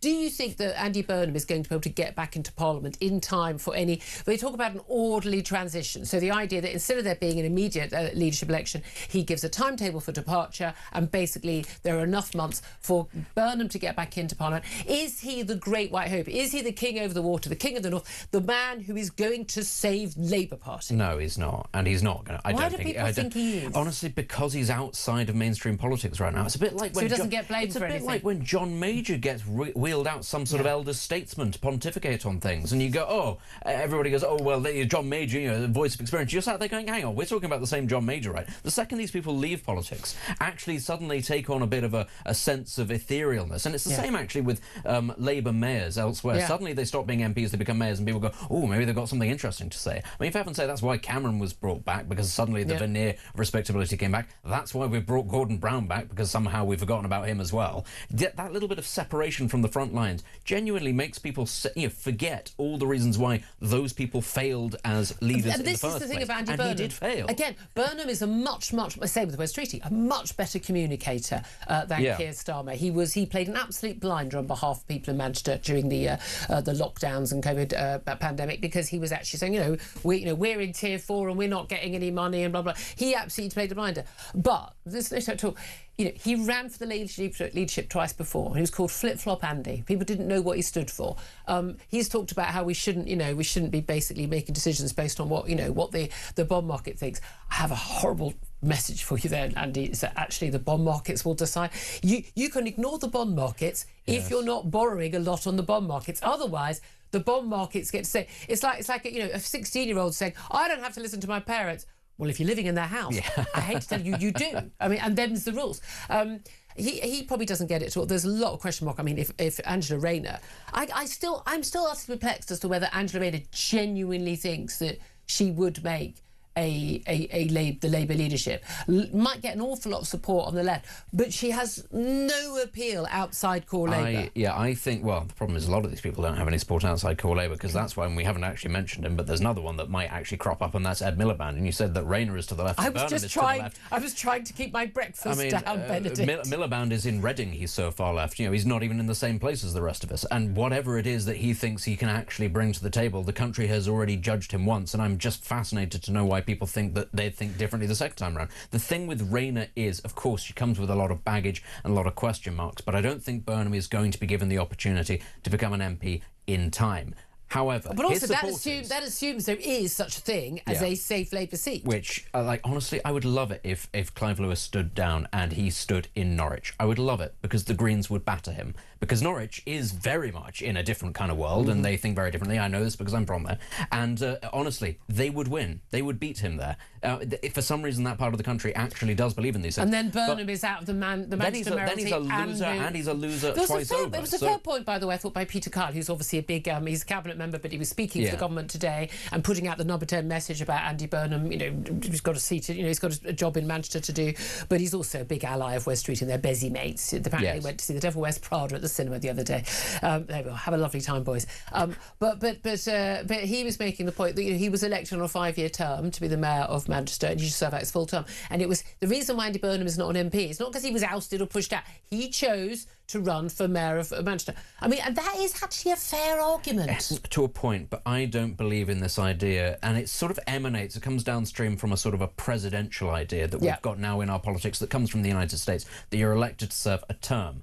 No. I don't really think actually that that's how British, even though technically we are moving in that direction, I don't think that's how British voters have ever thought, which is that we're going to put you there indefinitely, and it doesn't matter how badly it goes. No, actually, I think the British public... But he's very popular as Manchester Mayor. Well, he is, absolutely. And, it's up to him, therefore, to make that judgment. People can make those calls. They can roll the dice. I don't think he's going to get to be an MP in time. I think what he would be hoping is he would lend his supporters' voices to Angela Rayner. She would, in return, allow him, give him that opportunity to come back. And then when she inevitably messes up, which most of us think that she will, he would be the man waiting in the wings. I have a feeling that we are looking at 2 more Labour Prime Ministers before we get to the end of this parliamentary term. I wouldn't be surprised.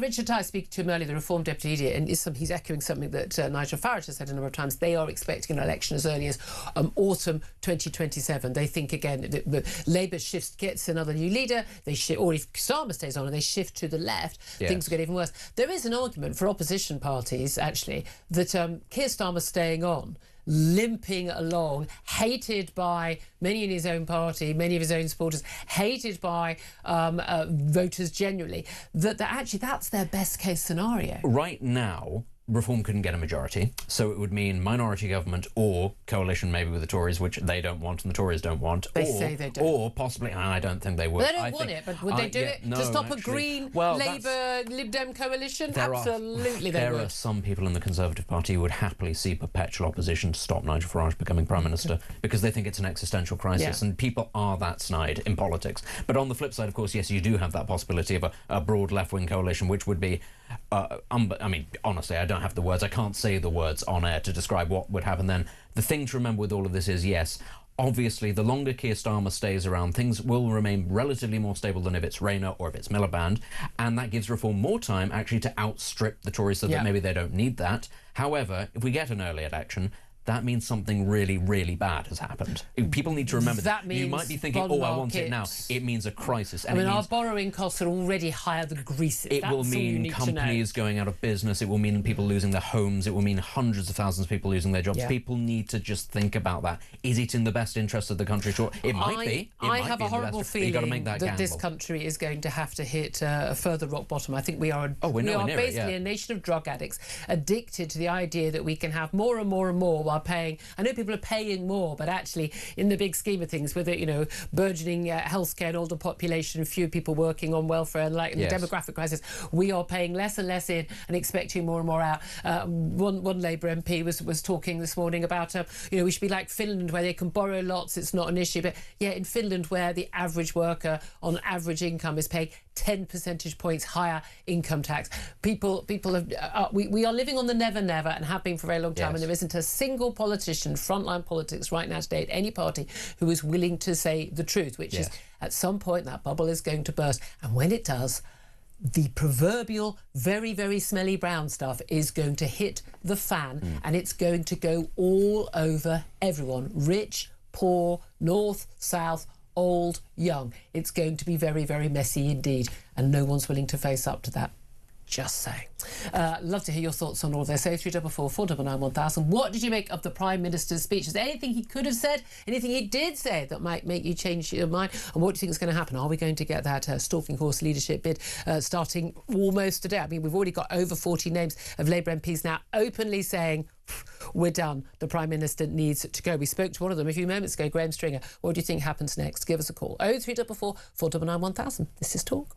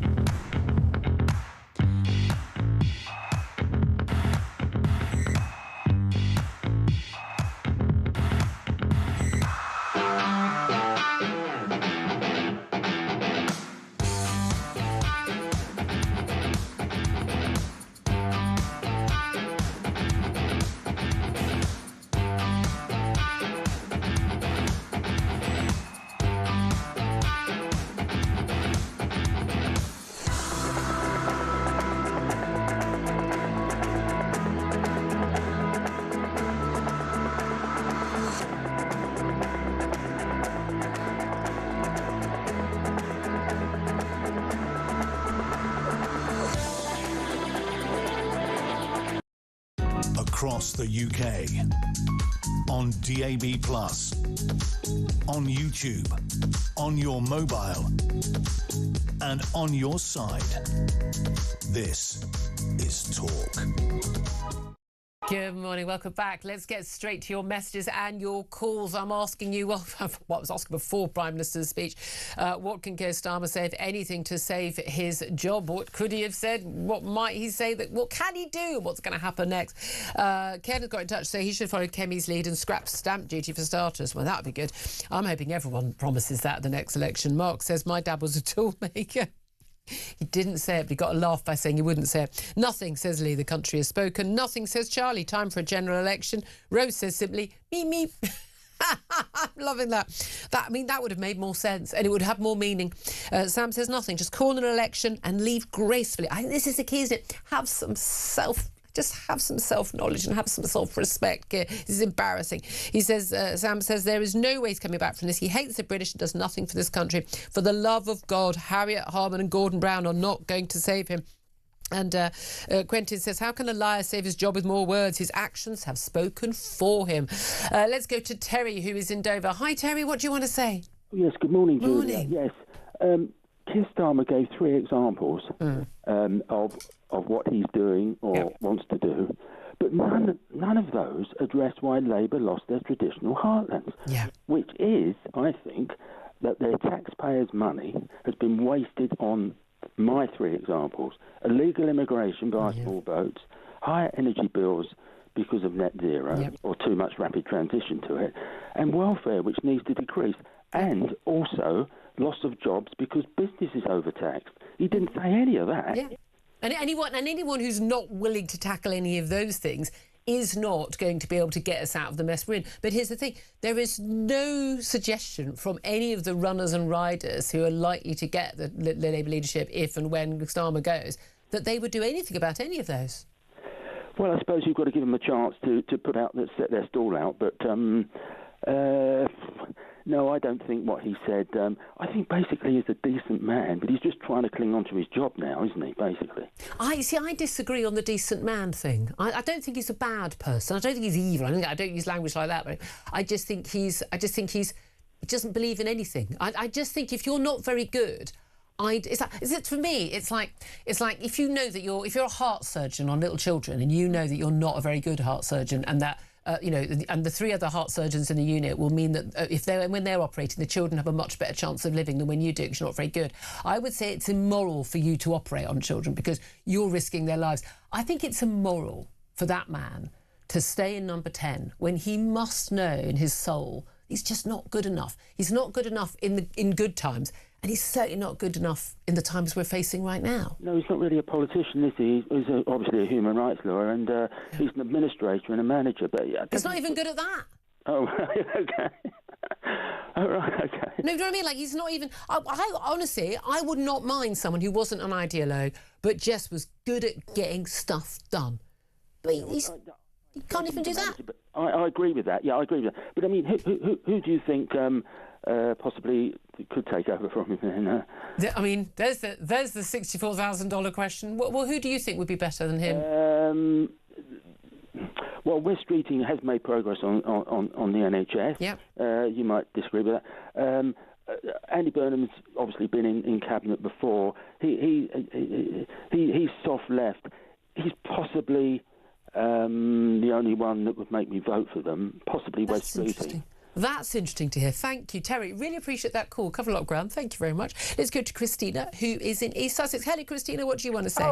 Oh, hello. Oh, I sat listening to the speech with a sick bucket and a sort of slow, white-burning anger. I mean, how dare he say that we've been exploited by reform, by reform and so forth. It's a bit patronising, isn't it? This is the same Brexit thing where poor deluded fools led by the nose into evil. No, nobody's exploited our despair. We shouldn't have despair in the first place. But other parties are listening listening to us, understanding us, and hopefully will act for us. And, you know, he's got to go. This is a man whose party has blocked aid to the Chagossians, a man who did pro bono work, free work, to persecute veterans. My son is a serving soldier.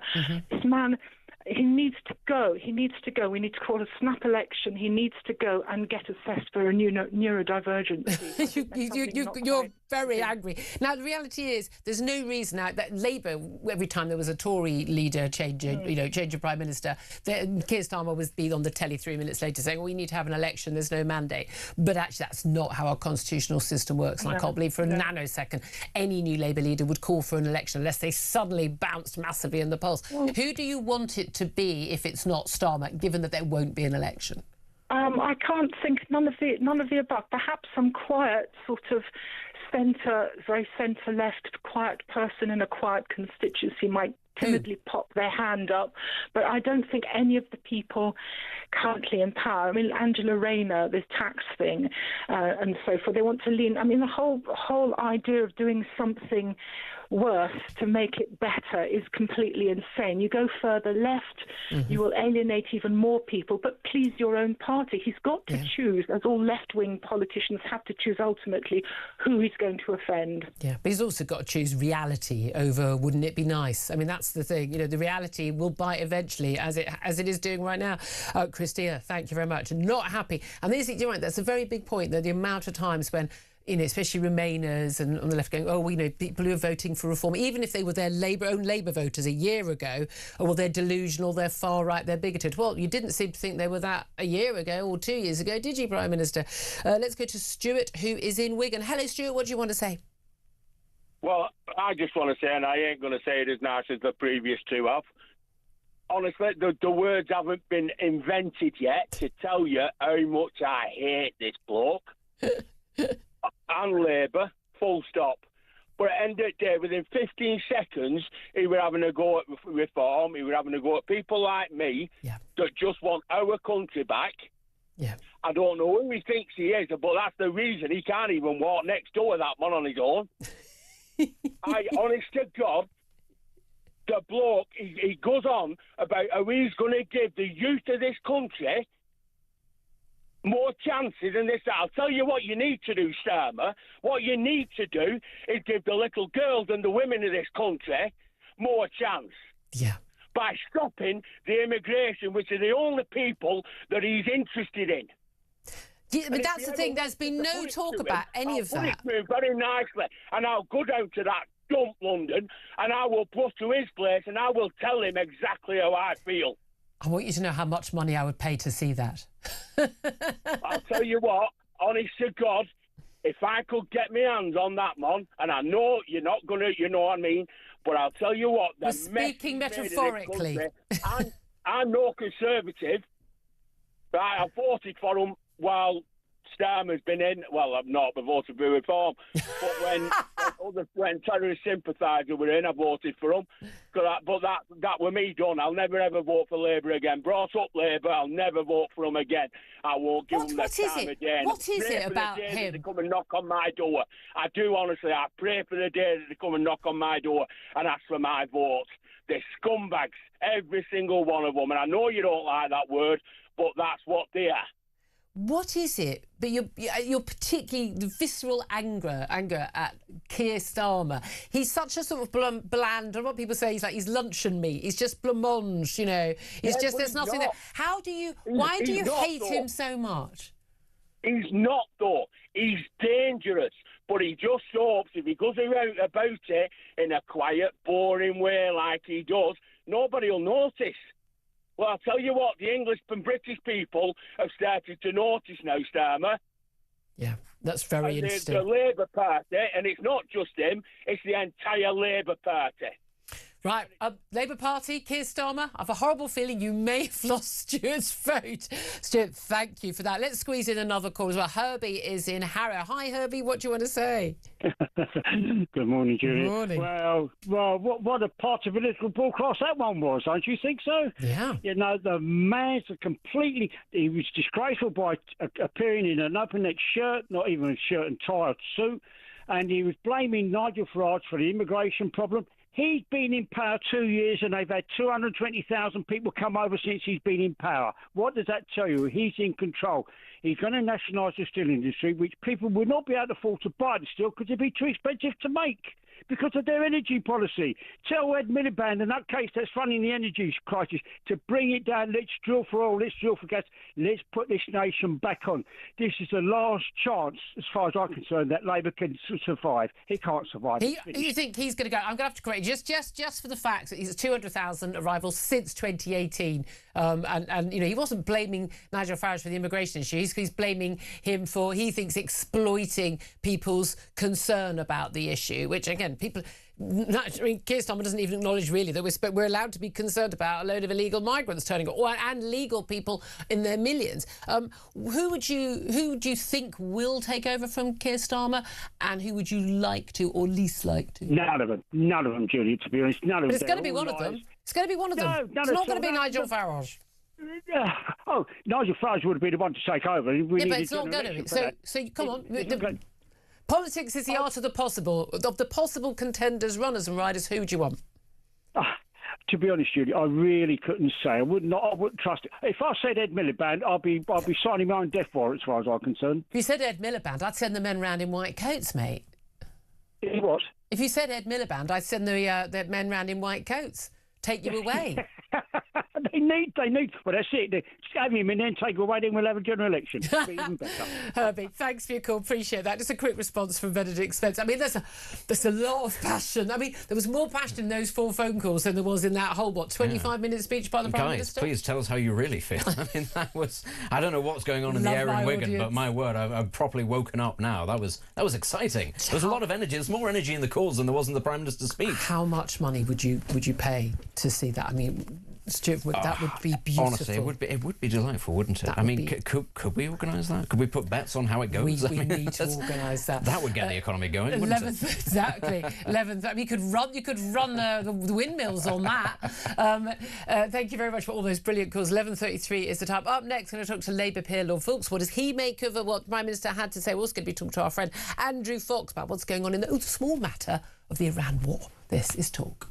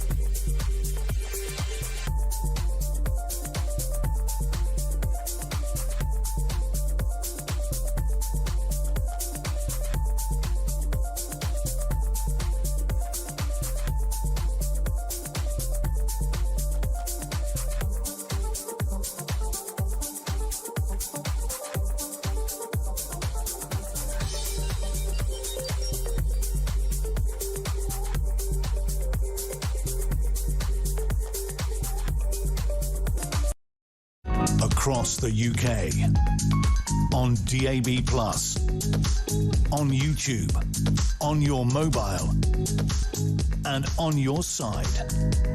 This is Talk. A very good morning. Welcome back to the show. 11:34 is the time. Well, all taking a breather after those amazing calls. Well, let's find out what a Labour peer makes of what the Prime Minister had to say today. A former Minister under Tony Blair, Labour peer Lord Foulkes joins us now. A very good morning to you, Lord Foulkes. Julia, here I am, as Stuart describes me, a scumbag. I'm not even wearing a tie. It's very good of you It's to have me on your outrageous. programme. To be fair, that was what one of my audience members suggested. I mean, I have to say, I would expect the Prime Minister giving a keynote speech to be wearing a jacket and tie, but I'm also, I wouldn't call him a scumbag, but I'm old-fashioned like that. Here's my question. You're a former minister under Tony Blair. Have you been asked to come back into this government to help save the bacon of the Prime Minister? Because everyone else has, Harriet Harman, Gordon Brown, you name it. That's true. That's not everyone else. No, but I'm glad you mentioned Tony Blair. Do you remember the 2004 local elections, Julia? Gosh, I'm trying to think back, but no. I think I might have been having a life then. But tell me. Yeah, well, they were terrible for Labour, and people said Tony Blair should resign, and if he doesn't resign, he should be challenged. It was disgraceful. And then what happened in 2005? He won again. He won the general election, his third election. So that's all this is. This is just a blip. So don't panic. Yes. Okay. These aren't as bad as some people had predicted, these local elections. That is true. Some of the predictions were far worse, but it was still a very bad night. And I accept your point that yes, local elections, midterm elections can often not be a big indicator of what's going on. But there's a difference here, isn't there? One is that Tony Blair had an extraordinary ability to communicate, to inspire people with his speeches. If he was giving this morning's speech, he could have turned it around. I was a political editor at that time, and I can remember it time and time and again. Tony Blair's toughest week yet, facing PMQs, facing this, facing that, and he would knock it out of the park. He won 3 general elections for a reason, because he was able to do that. You've got to admit, no matter what loyalties you have towards Keir Starmer, he doesn't have the gift of the gab. He doesn't inspire the likability. People don't like him, they don't trust him, and they don't think he's up to the job. Well, that's not my experience. Well, that's what the polls say. A lot of people do like him. I presume you also on your iPhone or whatever you have look at the X. People posting on X. Mm-hmm. I'm getting dozens, if not hundreds, of people saying the Prime Minister must stay. So when you say people don't like him, and I walk around, I talk to people. I'm a football supporter. I support Heart of Midlothian Football Club. We're about, hopefully, to win the Scottish Premier League. When I talk to football supporters, they don't say Starmer must go. I mean, I don't know who you talk. Julia, I think you talk to people in the media. If you looked at the question... No, I'm not talking about other media. I'm going on what the polling is saying, and I'm going on what Labour MPs themselves are saying after being on the doorstep, out campaigning, how often there was a visceral dislike for the actual Prime Minister, not for the government, for the Prime Minister. So, I mean, maybe all those Labour colleagues of yours are lying. I don't know. I've not been out campaigning. There are 400 odd Labour MPs, only a handful of them who are critical. But I think if you have a constant attacks by the media, and we've had it on GB News, we've had it on your talk programme, we've even had it on the BBC, constant visceral attacks on the Prime Minister. I think there's been a vendetta against him. And, it's a vendetta. I mean, listen, I hold all politicians to the same standards, whether I agree with them personally or with their policies. And my audience can attest to that. I think Richard Tice can attest to that from an hour ago. Can we test it, Julia? Have you had Nigel Farage on and asked him about the £5 million he got from the... We've invited Nigel Farage on. We had Richard to talk about that. What did he say about that? No, he hasn't come... George, we've talked about this before. You asked me a question, I'm answering it. We had Richard Tice on exactly an hour ago, and I pressed him repeatedly about the £5 million donation. You can go back and look at the clip if you wish. I've seen it. I've seen exactly what he says. He says the same to every... Well, I can't control what answer I'm given, but I have absolutely challenged him on it. Have you had Nigel Farage on? I've just answered that question. We've invited him on. And I can't interview someone who doesn't come on, can I? Same with the Prime Minister. We invite the Prime Minister on, and the Prime Minister doesn't come on. Well, you know, so how can I, listen, my audience, I think, can testify to the fact, as can most of my interviewees over the years, I give them all the same treatment, because I feel I'm representing my audience. I want them to answer questions, whether I agree or disagree or like or dislike the person. Julia, but do you agree with me? It is worrying that the leader of a party gets £5 million from a billionaire, cryptocurrency billionaire, And then he doesn't declare it. Yes, that which we is need why I legislation for asked. Which is why I cryptocurrency. asked about it. He's But we're been not bought, talking about. We're not He has talking been about bought, Nigel hasn't he? Farage here. I think He he has should. been bought, hasn't he? Do you agree? I don't. I want to know what the money was spent on. If it was personal, it was for his security, Well, then I don't have an issue with it. But I want to see the receipts. But he has security. But I want to see the receipts. Do you agree that Also, Nigel if he- Farage should get security from the state to keep him If alive? he has that security, why doesn't he have the surgeries that he's supposed to have in Clacton? He said it's because of security. Lots of MPs don't hold surgeries, publicly advertised surgeries, because Well, of I the did. security. I did every week. Yes, every week. were you facing Friday death and threats, Saturday. Daly? Were you facing death threats? No. So there's a difference. did. George, I did. George, Funnily enough, I did. Can we please actually. talk about the Prime Minister? he's doing a Because great currently, Nigel Farage isn't Prime Minister. So who do you think- you who do said you there think is a would- vendetta against the Prime Minister. Who do you think would do a better? Who do you think would do a better job in the Labour Party? Well, this is. So, who's doing this interview? I'm not a Labour peer. That's the question I would love to ask you to answer yourself. Do you? I don't think anyone. You think he's the best man for the job? I do. I think he's doing a great job. And I think if you look at the legislation that we've passed, 54 bills, helping tenants, the minimum wage, the help for people with more than 2 children. We've got rid of that cap. We've been helping people. Things have improved, and there's a great deal more to be done. Okay. And in 2 days' time, Julia, there'll be the King's speech, and I think we'll see some very positive, radical things in the King's Okay, you speech. just mentioned 3 particular things out of this 54 bills. Helping tenants. Well, unfortunately, what's happening is actually private landlords are selling up because they're not going to be able to, at the end of a contract that's signed by a tenant, remove that tenant. Minimum wage. Yes, I agree with the minimum wage. The trouble is expecting someone to be earning 26 grand, an employer to pay 26 grand to somebody on minimum wage with no experience, basically is pricing a lot of young people out of jobs, and we are seeing that, the lack of hiring. The 2-child benefit cap being got rid of. So, yeah, let's pay a load of people who aren't working, which is the vast majority of people receiving that money, to have more children they can't afford. Largely, actually, Bangladeshi and Pakistani first or second generation immigrant families. I'm sorry, I'm not entirely sure that those are the vote-winning policies you think they are.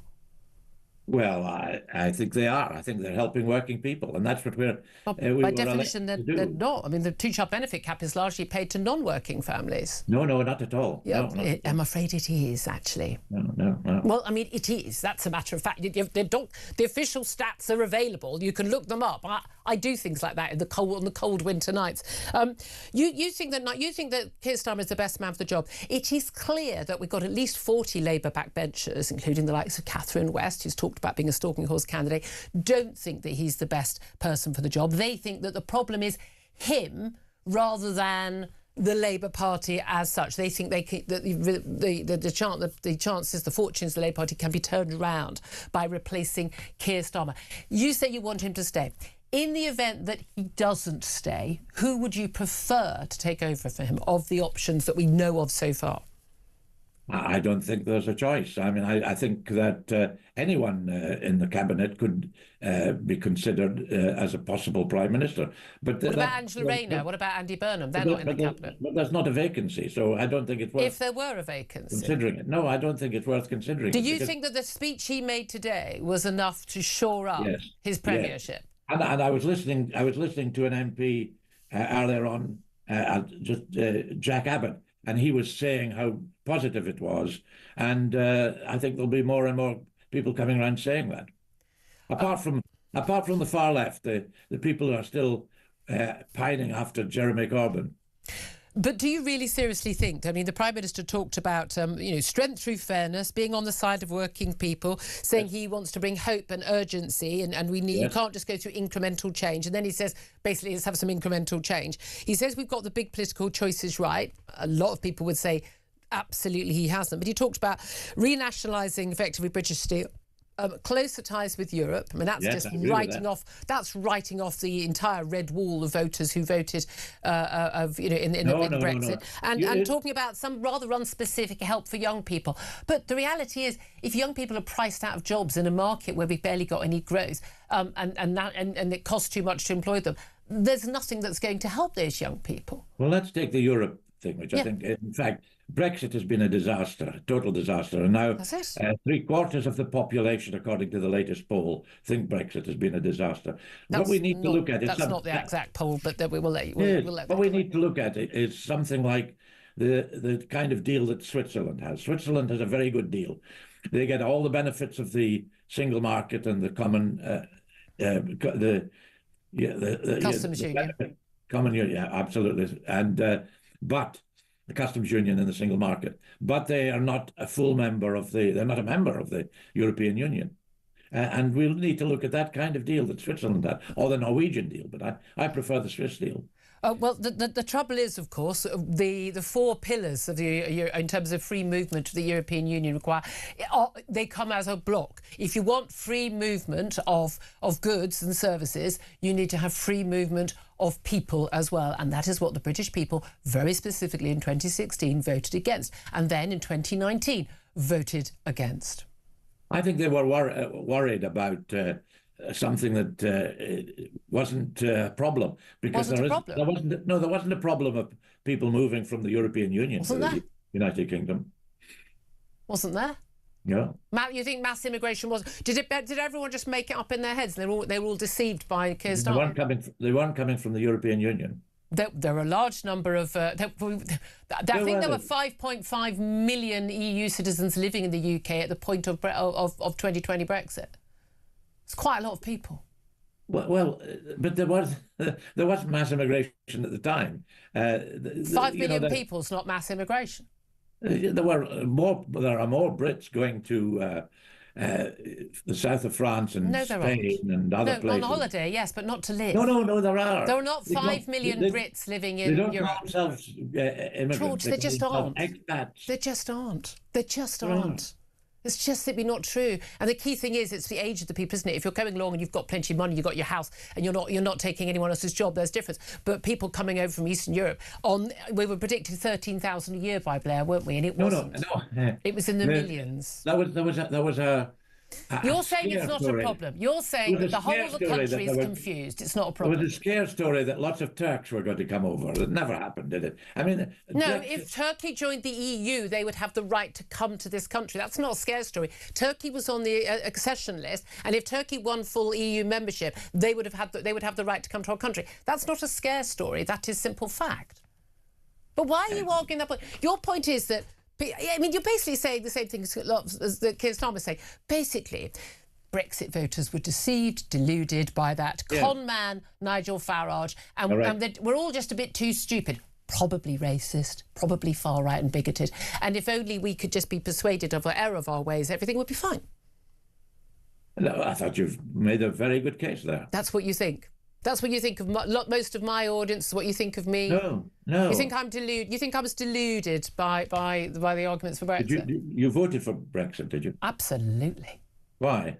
Why? Because I believe in democratic accountability and being in a sovereign nation where we get to set the laws, and the people who make the laws are accountable to me as a voter, and only the people who are able to make laws in my country are those who are accountable to me as a voter. So if you were old-fashioned, I know. In Scotland, you would vote for the SNP, then, presumably. Why? What's your argument there? Exactly the same one that you've just made. Exactly the same. No, that's not exactly the same argument. It is. Whether it's an SNP government or a Labour government or a Tory government or a Reform government, they would still be an accountable, democratically elected government. But they're saying only the people in Scotland should decide what happens in Scotland, not the people of England. Well, I wasn't talking about England, Scotland. I'm talking about my country, the United Kingdom. Voters getting to have to say, as opposed to unelected commissioners or bureaucrats. But the SNP in Scotland don't accept the United Kingdom, and they want the people of Scotland to decide. And if and when they have a referendum and decide to leave, I would absolutely respect that as well. I believe in democratic accountability and choice. You think that I was deluded to vote for Brexit? I've just told you why I voted for Brexit. Is that not a reasonable reason to vote for Brexit? No, I think we were much more... I think we were economically better off as part of the European Union. We would have done better. But that was before lockdown, before the Ukraine and people war. would have students would have been able to go and study in other countries in Europe. things would have been a great deal better for the United Kingdom if we stayed as part of the European Union. Young people can still go and study in Europe. They're free to apply, as they can go and study in America or Canada or Australia. People are still able to go and study. We had a special arrangement. Oh, a special arrangement, as opposed to... We're now trying to renegotiate it. You know that. Yes, I'm aware of that. I don't think that's a good idea. I don't think we should have free movement for everyone under the age of 30, no. Because I care about young people in Britain being able to get jobs and get university places here. Yes. I don't think policy should be made because Keir Starmer's kids fancy a year abroad in Rome. Oh, dear me. I think on that note, we're going to have to end it. It's always a pleasure. Lord Foulkes, Labour peer, former Minister under Tony Blair, amazingly not brought back into government by Keir Starmer. Benedict Spence's face has been a picture through all of that. Benedict, I don't have time to answer all the point. There's so many things that were wrong there. Honestly, why do we... do you know what? Good for him. Good for him. I hope Hearts win the Scottish title. I hope he's happy. 11:50 is the time. We're going to take a break. We're going to talk to Andrew Fox. He's a former major in the Parachute Regiment, about what is going on in the Iran war. Small point, while we're having all these battles within the Labour Party, there is still a small matter of a Middle East conflict. This is Talk.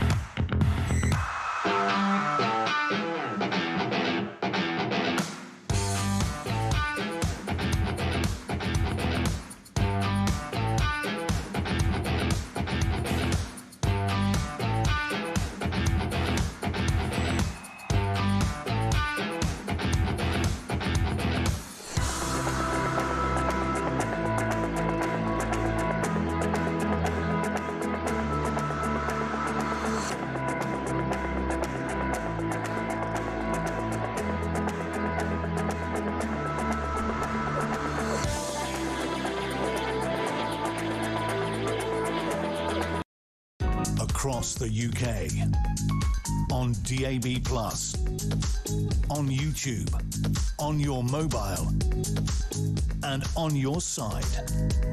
This is Talk.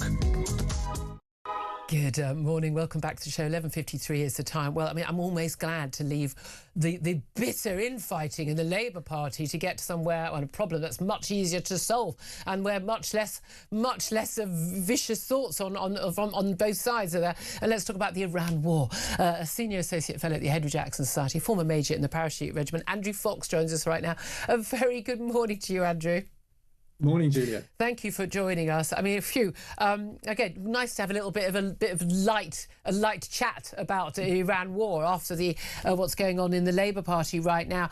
Where are we? I won't say today, in the last hour, in terms of who's saying what on the US or the Iranian side in terms of the ceasefire, the Strait of Hormuz, and what's going to happen?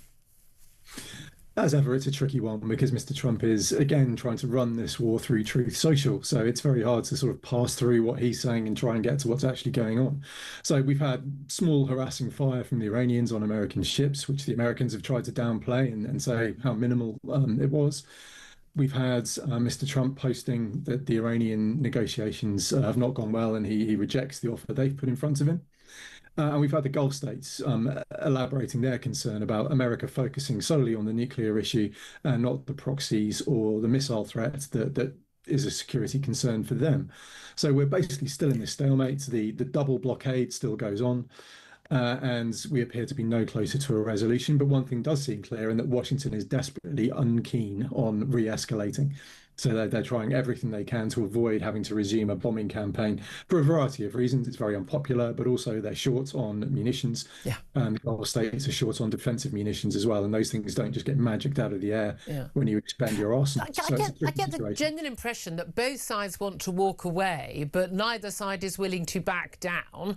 And there is an issue with, walking away now. If Donald Trump did do that, to a certain extent, he can't claim a victory if the Iranian... I know he didn't say it was about regime change, but if the Iranian regime is still in power, if he hasn't sorted out the nuclear threat from them properly, if they are able to now, flex their muscles and control the Strait of Hormuz, putting a toll on ships coming in and out of that strait, for instance, an end of, free passage on the seas, which is something that America, with its naval power, is supposed to help protect around the world. There is no sort of honourable way out for the American president that saves his face, is there? Well, that's the paradox here, is that both sides need a deal that they can sell to their people as victory.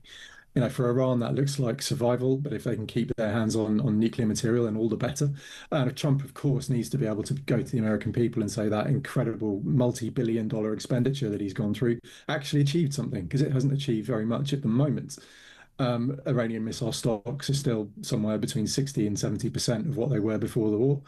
They've shown they've got the drone capability to still strike the Gulf, and they still have all their highly enriched uranium, even if it is buried underground. So without some kind of a concession from the Iranians, Trump can't walk away.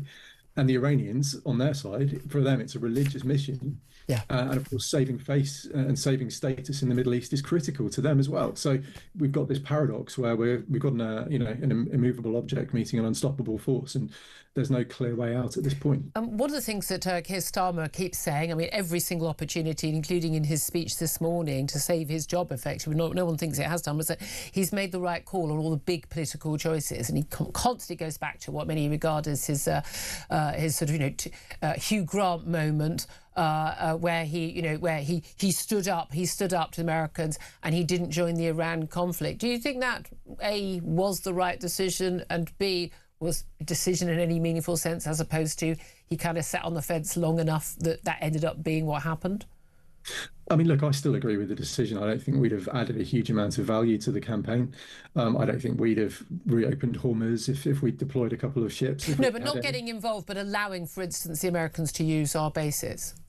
Yeah, that was a political mess that he created on his own back. The thing to do there is make a decision and stick to it, whether you agree or not. And this sort of constant flip-flopping we saw about, yes, you can use it for defensive purposes, no, you can't use it for this. It just made Starmer look silly, quite frankly, and it made him look a slave to international law. Yeah. Which I think international law has come under such sustained credibility issues over the last 2 years. It's been weaponized by our enemies. It's been used to do us down, quite frankly. That showing yourself to be such a slave to something that is so obviously not in our national interest just makes him look weak and like he's outsourcing his decision making to a higher power that has no credibility. Really interesting to hear your thoughts, Andrew Fox. Thank you very much indeed from the Henry Jackson Society. Benedict Spence? Yeah, no, I think that pretty much sums up a lot about Keir Starmer, to be honest, is that he's fallen sort of morally on the right side of the argument on Iran simply because the UK has no capabilities to get involved. I wouldn't say morally, practically. Well, no, morally speaking, yes, because, this is what I'm saying, we don't have the capacity. It would have been actually a really wicked thing to throw British personnel into that conflict without the right equipment. I don't think there was any need for us to be involved in the conflict, other than allowing our greatest ally and defender to use our bases. The problem is, of course, with that is, exactly, is that these bases are there. They're there for a reason. You can't make a great argument if you're not going to allow them to do that. But the point is, it just makes him look toothless, and that's not what you can be as a Prime Minister. And again, apparently that's one thing he's done that people is a little blip in the polls, and he's still clinging on to that. That's not going to be enough. Just to let you know, that Labour backbencher Catherine West, who's been threatening to be a stalking horse, she apparently is going to go ahead with a letter to Labour MPs today, not asking for an immediate candidacy, not standing an immediate candidacy, but calling basically basically for a support for a timetable for the Prime Minister to stand down and allow a transition. Obviously, that goes along very nicely with Andy Burnham and Angela Rayner, but particularly Andy Burnham and his chance of getting back into Westminster in time for a leadership election, if he can get a safe seat that he can stand in. Well, we'll wait and see what happens there. We'll be asking now independent ex-Labour MP Carl Turner what he thinks of that. Up next, this is Talk.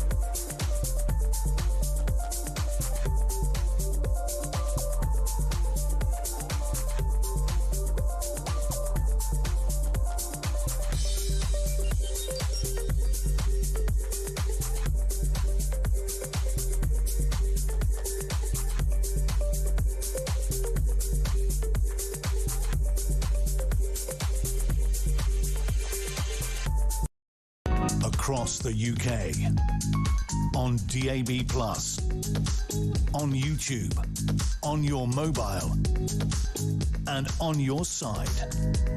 This is Talk.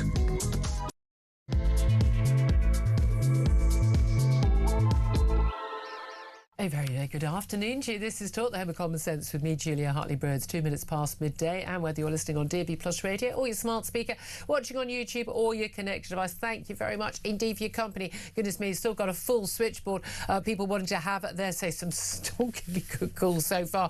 But I think we can safely say a fair summary of the situation is that you were not convinced, certainly not so far, the calls we've taken, that Keir Starmer has done enough, said enough in his speech this morning to save his premiership. Well, it certainly doesn't look likely, certainly as Catherine West, that backbench Labour MP, not a household name, probably even in her own household, but she yesterday said she was going to come out as a stalking horse. It was time for the Prime Minister to go. She wanted to wait and see what he had to say this morning. We're told he was going to do this speech to save his premiership. He clearly hasn't, because it was the Prime Minister speaking. So by definition, we knew it would be a lacklustre affair. And indeed, it was same old, same old.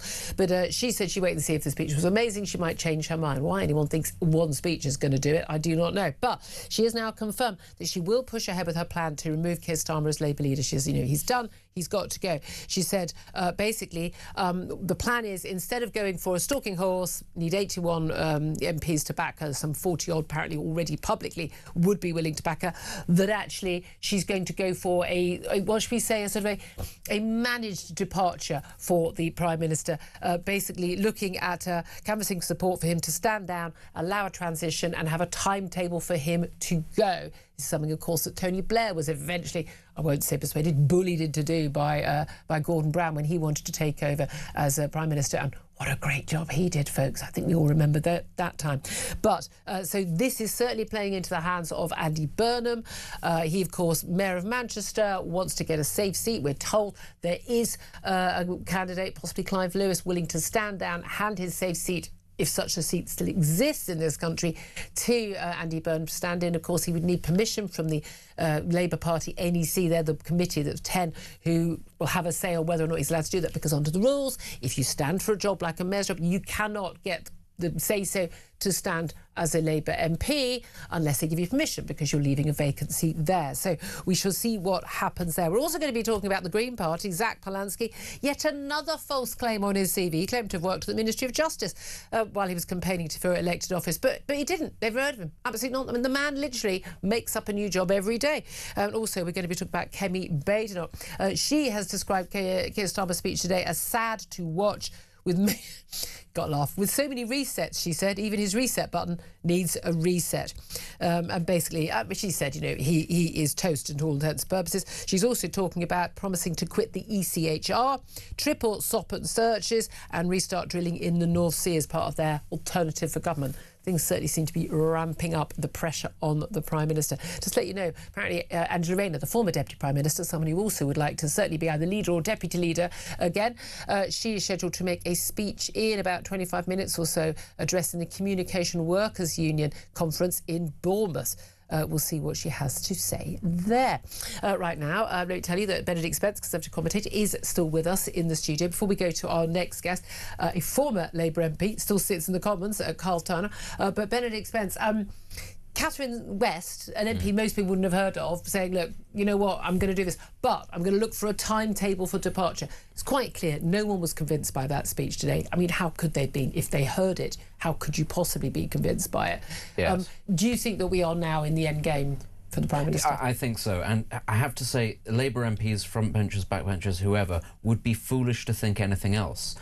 You've moved from the point at where Keir Starmer is toxic to his own brand to the point where he is toxic for the party more broadly. Yeah. At that point, you have to say enough is enough, and I think Catherine West is doing what she can, frankly, to give everybody else the opportunity. They are very sluggish, I must say, but she's doing what she can to say, come on, guys, we need to get a move on here. She seems to get the urgency, nobody else The does. inevitable is going to happen. Yes. We may as well get it over and done with. Yeah. Well, let's talk about this with, he was until just a few weeks ago, a Labour MP, now sitting as an independent MP after losing the whip for Hull East, Carl Turner. A very good afternoon to you, Carl.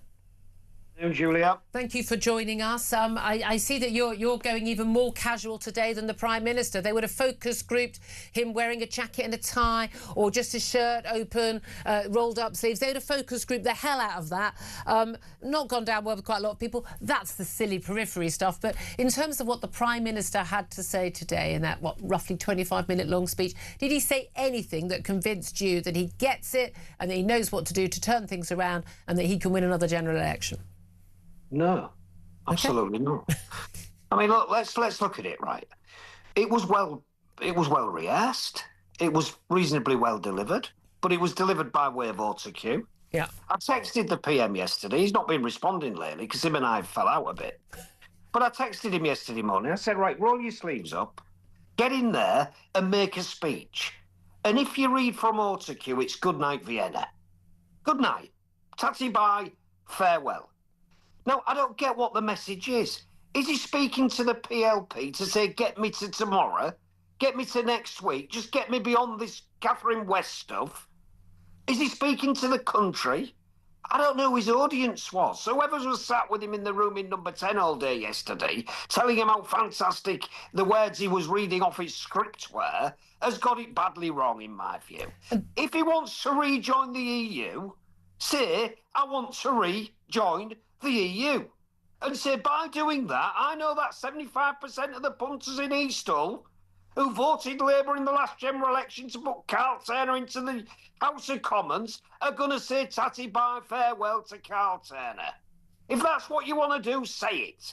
We might win some seats in Scotland. We might win some seats on Plaid Cymru, if that's the position of the Labour Party in government.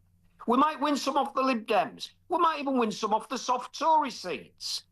But the idea of we're going to be in, we're going to be out, we're going to shake it all about nonsense is just utterly confusing. So it didn't move the dial one jot. Isn't that the issue with this Prime Minister? Is he doesn't? I mean, I think he is a Europhile. We know that, but he doesn't really know what he thinks about anything, which is why he cannot speak without an auto cue. He can't speak from the heart because there's nothing in there. He's an empty suit. Look. Or an empty open shirt sleeves. I think he's an incredibly hard-working, committed public servant. That's what I think he is. But if the Labour Party was the Church of England, Keir Starmer would be its chief executive. He wouldn't be the Archbishop. He's not its spiritual leader. So he doesn't feel it like me.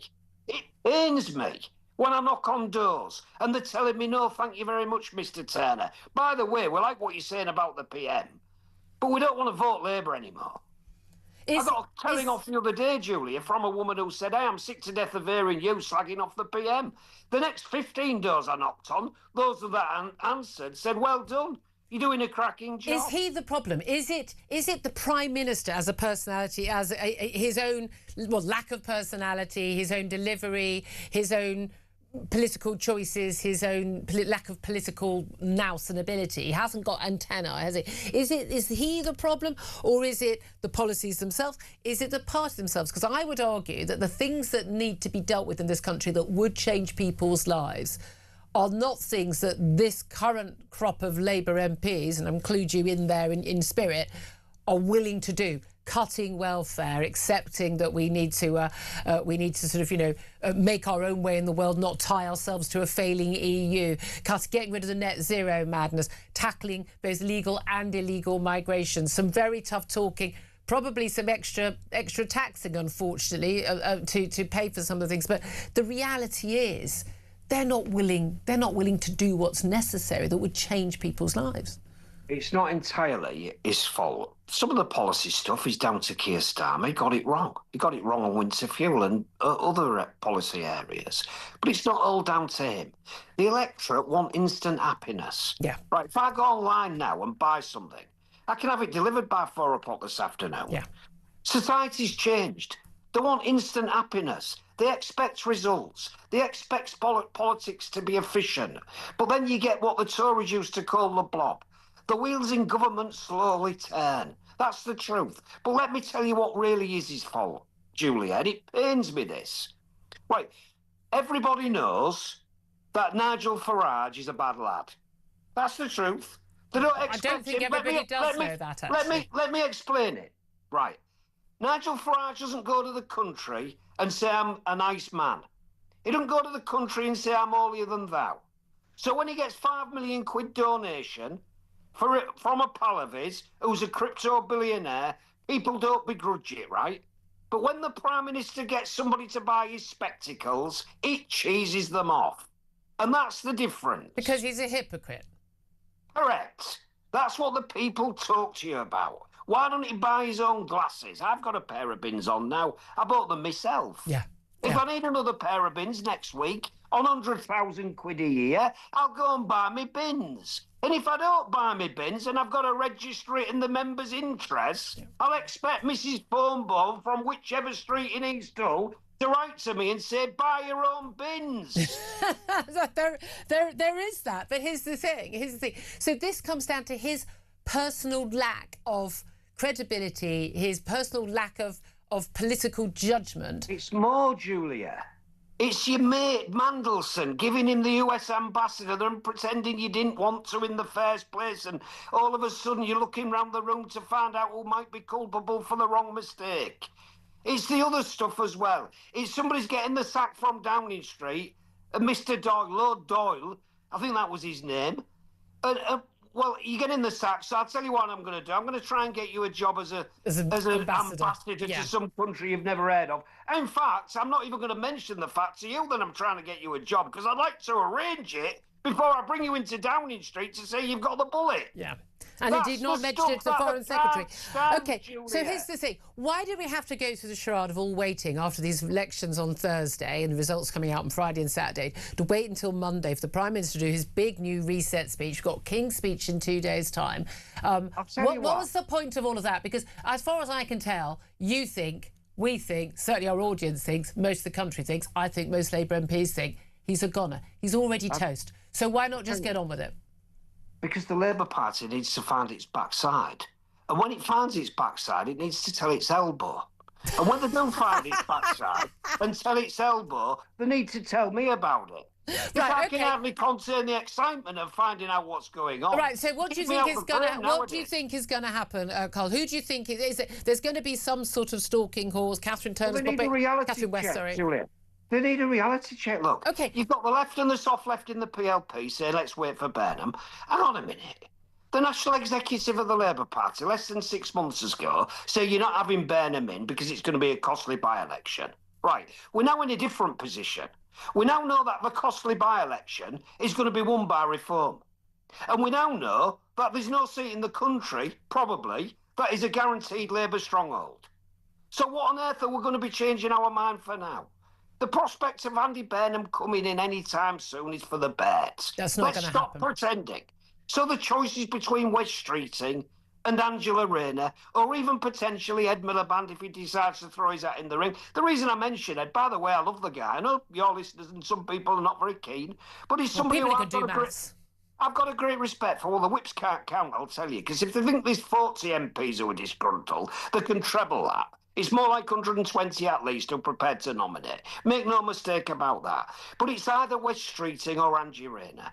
So what the soft left have got to decide is, who is the vehicle to let Andy Burnham in to Parliament between West Streeting and Angela Rayner? Or indeed, if Ed Miliband decides, because he's been quiet for the last day or two, so I'm wondering what's going on in his department.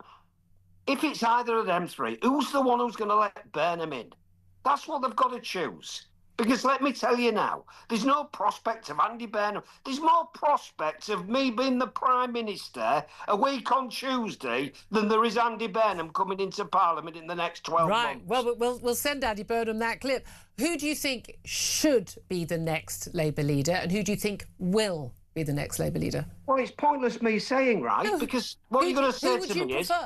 No, I'll tell you in a second, but what you're going to say to me, you're saying the Prime Minister can stay. Well, you're bound to say that because you want the whip back. The Prime Minister's got to go. Well, you're bound to say that because he's suspended, yeah? I'd like to think that we can work with the PM and mend his ways, but looking at that speech 15 minutes ago, whatever it was, I'm losing hope. It's a wonder he didn't march into the room with the sounds of Go West singing, something like, I'm the king of wishful thinking. As a tribute to Catherine West. Now we've all got to have that earworm. So who do you think? Okay, so all of that, great sound bites, love it, Carl. Give me some. But the Prime Minister can talk for 25 minutes and not say anything. The choice of the people who are available. Who do you think it's going to be? I can speak to 20 odd minutes without an autocue. That's the difference between Keir Starmer. Right, let me talk to you about that. If there's a choice for me, Carl Turner, who's suspended and I don't get the chance to nominate, I'd be going for Angie Rayner. Why? But I'm not going to go for Angie Rayner publicly, apart from what I've just told you. It's quite because public. It might put people off. It might put people off Rayner because I'm the suspended one. You know, me and Diane Abbott are the ones who are still suspended. I'm thinking of standing as leader of the two of us because we need a bit of direction. I think we're the most stable faction in the Parliamentary Labour Party. Why do you think Angela Rayner is a better option than Keir Starmer? It's not because she's better at washing the pots, like I think you got me on last time we spoke about Angie Rayner's chances of being the leader of the Labour Party. I think there was some reference to that you made, and my missus told me off for it. Oh, yes, there was that. The truth is this. I think Angie Rayner was an incredibly successful minister in government. I think she was impressive. She was on top of her brief. She's authentic.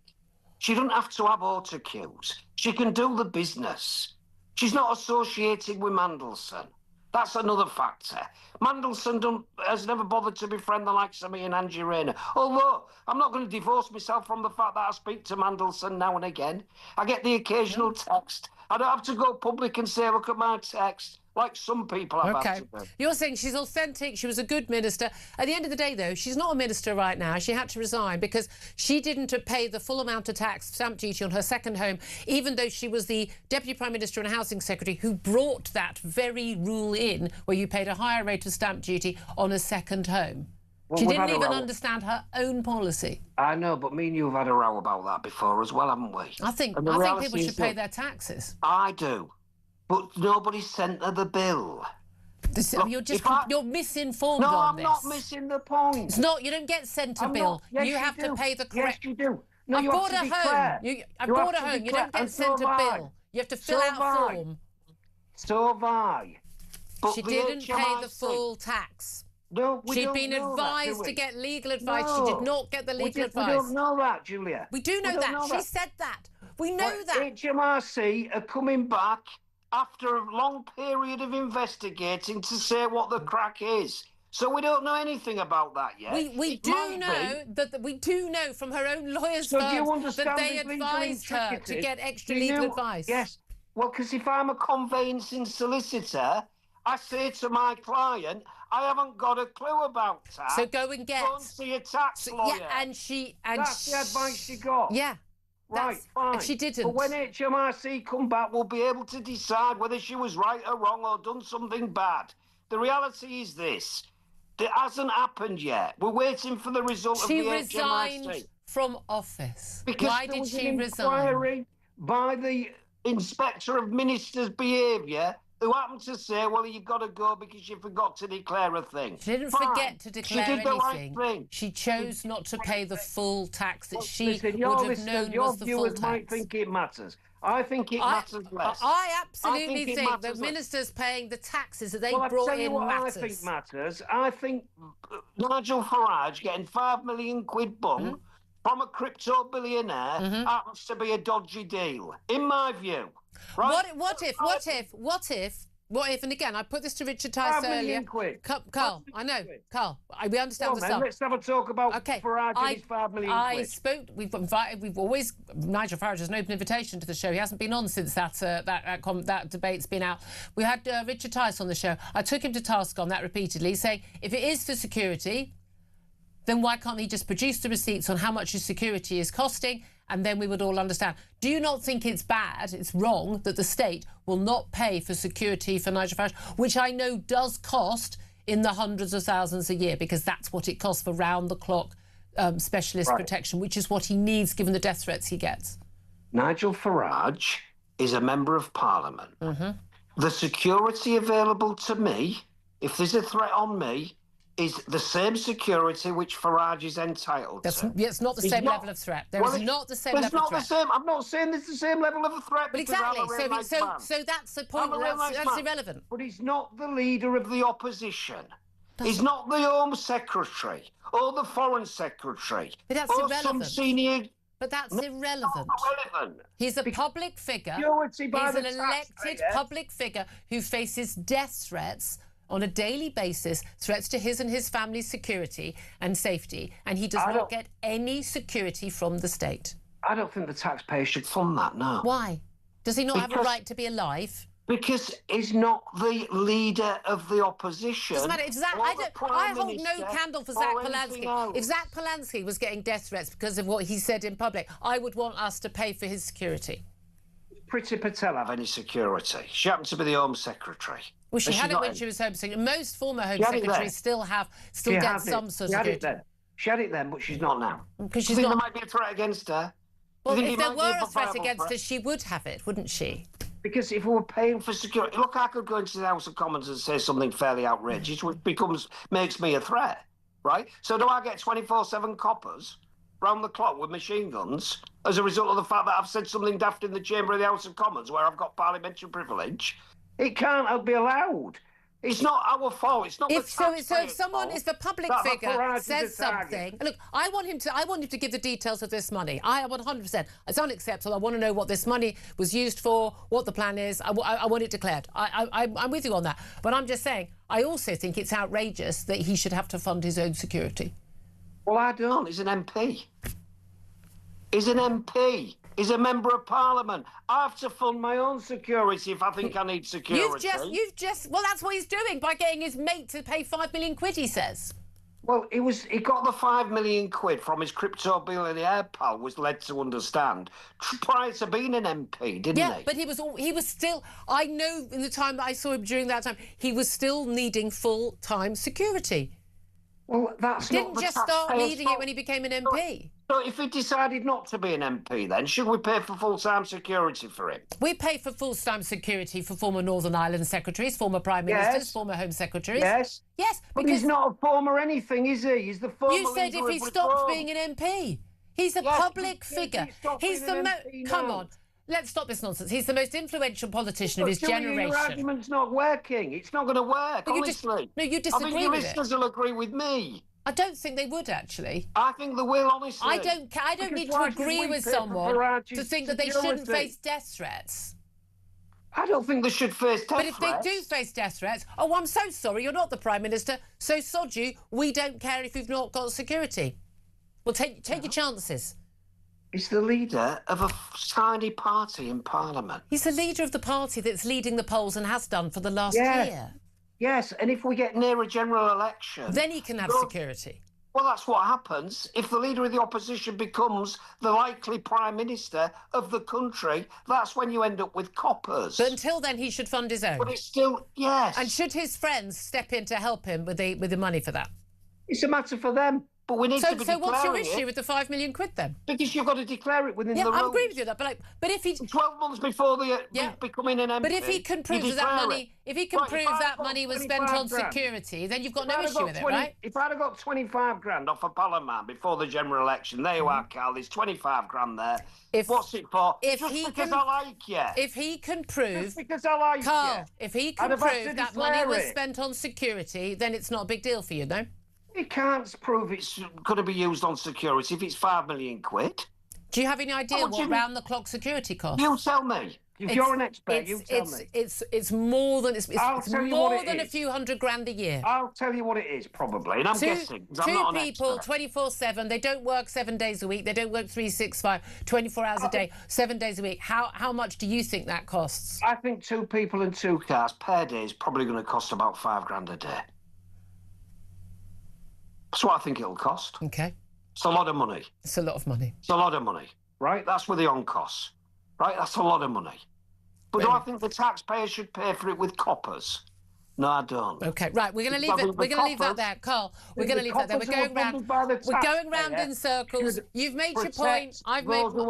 You've made your point. I've made my point. We'll wait and see what happens. I know we'll speak to you again very soon. I don't want to miss the chance to get calls from my lovely audience, who I know will give lots and lots to say about that. Carl Turner, Independent MP for Hulleys. Thank you very much. 12:26 is the time. This is Talk.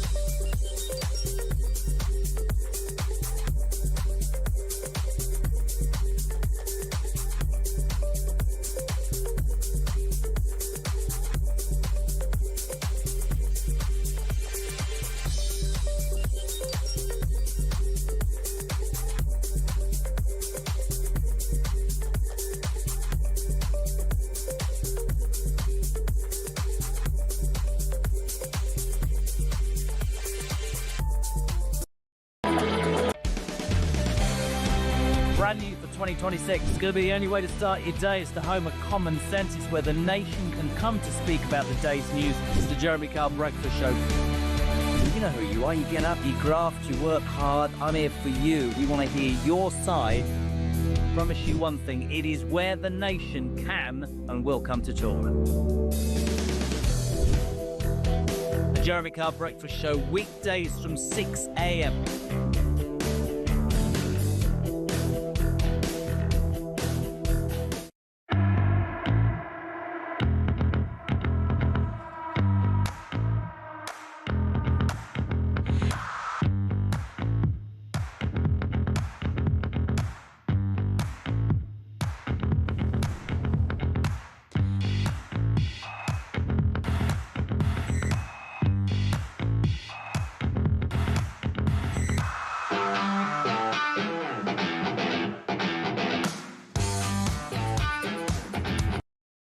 Across the UK, on DAB+, on YouTube, on your mobile, and on your side.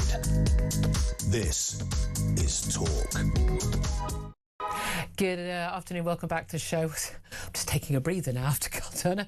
See, honestly, you wouldn't get an word in edgewise, would you, with the two of us? Benedict Spence. Well, I joked earlier about the Prime Minister committing seppuku, but I kind of feel like I need to after Stringer and after Lord Foulkes and after Carl Turner. It's after Keir Starmer, and it was a real kind of monotonous, oh my word, and then it's just been a barrage of noise. Do you know what? And the callers, of course, who have been very irate. Chef's kiss to our callers today. Yeah. I have to say, I do want to pay you. I got the guys to do some clips of what Keir Starmer had to say. But you know what? I like you too much. I'm not going to play them to you now. I will play. They're looking angry. Play Carl again. Let's play Carl again. Let's get to some of your calls. Tell us what you think about that speech this morning. Can the Prime Minister, is there anything he can say, anything he could have said that would have changed things for you? There's no doubt at all that that stalking horse candidate, backbench Labour MP Catherine West, says she is going to gather names of Labour MPs to call on Keir Starmer to set a timetable for the election of a new leader in September. So that'll give time for, if there is a safe seat, for Andy Burnham to stand, if he's allowed to by the NEC. One of the things Catherine West has said there is that she concluded that his speech was good, but doesn't outweigh the results from last Thursday. On this, she is wrong. It was not a good speech. But there we are. Carl is in Liverpool. Hello, Carl. It's not Carl Turner again, is it? Hi, good afternoon, Julia. No. Keir Starmer's speech. How out of complete sync he is with the rest of the country, and standing there without a tie on, being casual and talking to us like we're a bunch of school kids, and the tone of it as well, Julia, that sort of, and let me tell you, and you just think, please just resign. You don't get what's going on. You've caused this. Your government's caused this. He doesn't mention. I don't know if anyone's mentioned this. I've had a bit of a break with work, but he didn't mention anything about immigration. No. There was nothing on immigration or welfare, and he started off with taking away the Rwanda plan, the pensioners, taxes, etc. Millionaires and billionaires have left the country, and he talks like nothing's happened. He actually, even though he's apologising, saying the country needs faster and better and whatever, he's not actually acknowledged the damage he has actually done. Well, I am going to play a clip at you right now. This is a punishment for calling, Carl. I'm going to play. Don't worry, it's only 30 seconds. Everyone, you can just pinch yourself really hard to keep yourself awake while we play this very short clip of what the Prime Minister had to say, because he did at one point talk about making mistakes. Let's watch and listen to that. The Labour case, that only Labour values and Labour policies can ensure our country not only weathers these storms, but emerges stronger and fairer. And the Labour case, that neither Nigel Farage nor Zach Polansky offers our country the serious progressive leadership that these times demand. Of course, like every government, we've made mistakes. But we got the big political choices right. I've just said to my producers we should do a goggle box where Benedict Spence and I respond live watching the Prime Minister, Carl. I mean, I find his voice so grating. But this is the thing. His voice great for me. It really does. But also it's this slow... Okay, I know I talk too fast, I mean, like a freight train, but he talks so slowly because he thinks it makes him more sincere. Does it? You're going to put me to sleep. I just think, Julia, this man, he says, of course we've made mistakes. Yeah, you have cataclysmic ones that we may never come back from. The fact that he can say these and like every government. No, not every government, because you're the most hated Prime Minister we've ever had. And if you had some sort of integrity, backbone, or any sort of moral compass, you would just walk out that door and say sorry to the nation and pack your bags and leave, because it's us that are ultimately paying the price.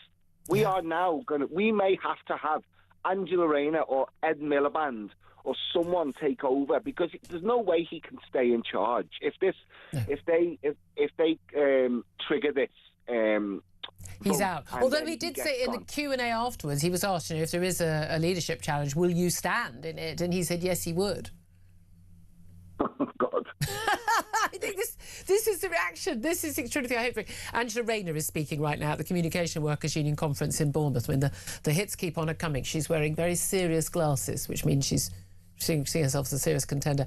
Carl, thank you very much. I feel your just sort of sense of despair. The whole reaction of the entire nation is just Good Lord, this again. Let's go to Tristan, who is in Bedford. Hello, Tristan. Hi, Julia. Pleasure talking to you, and hello to Benedict. Hello. Hello. Hello. What I wanted to say is, when Keir Starmer speaks, I always listen to the words he uses, and when he said progressive, I just sighed, because he just doesn't get it. And the thing is he doesn't mention about immigration. Yeah. He doesn't mention about net zero. Yeah. And these are the key things that are, unfortunately, I hate to use this word, but destroying the country. But crucially also, none of the likely contenders who would win, none of them would tackle any of those issues either. No.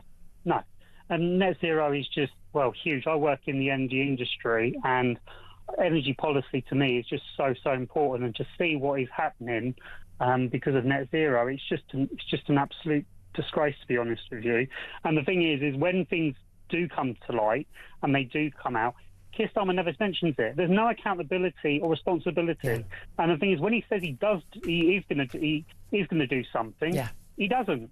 Yeah. It's just, and the thing is, I see him as a pathological liar. That's how I see him.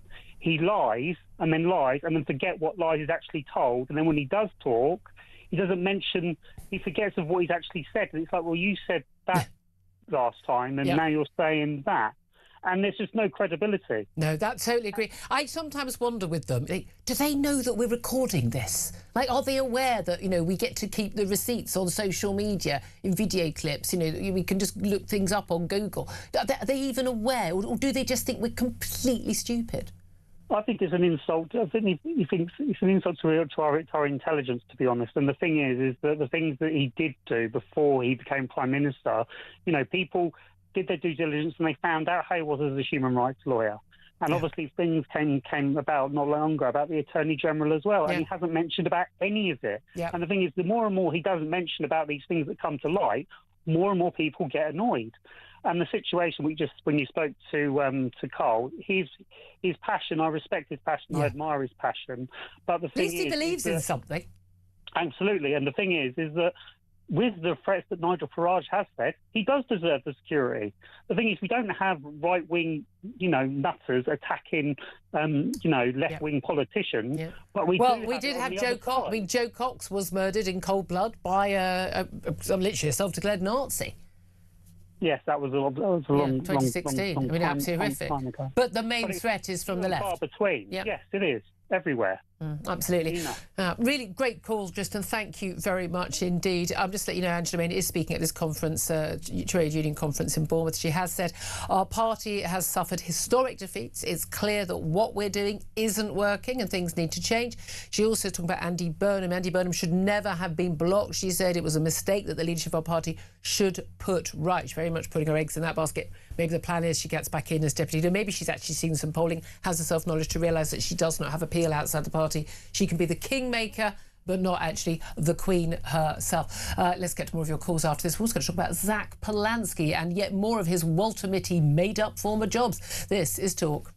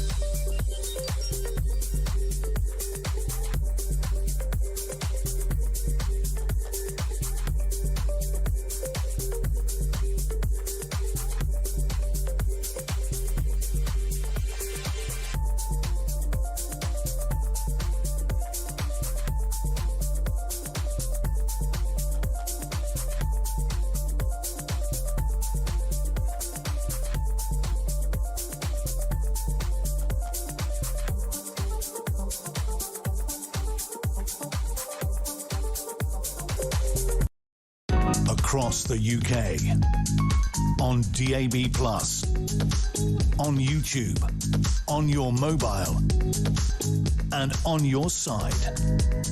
This is Talk.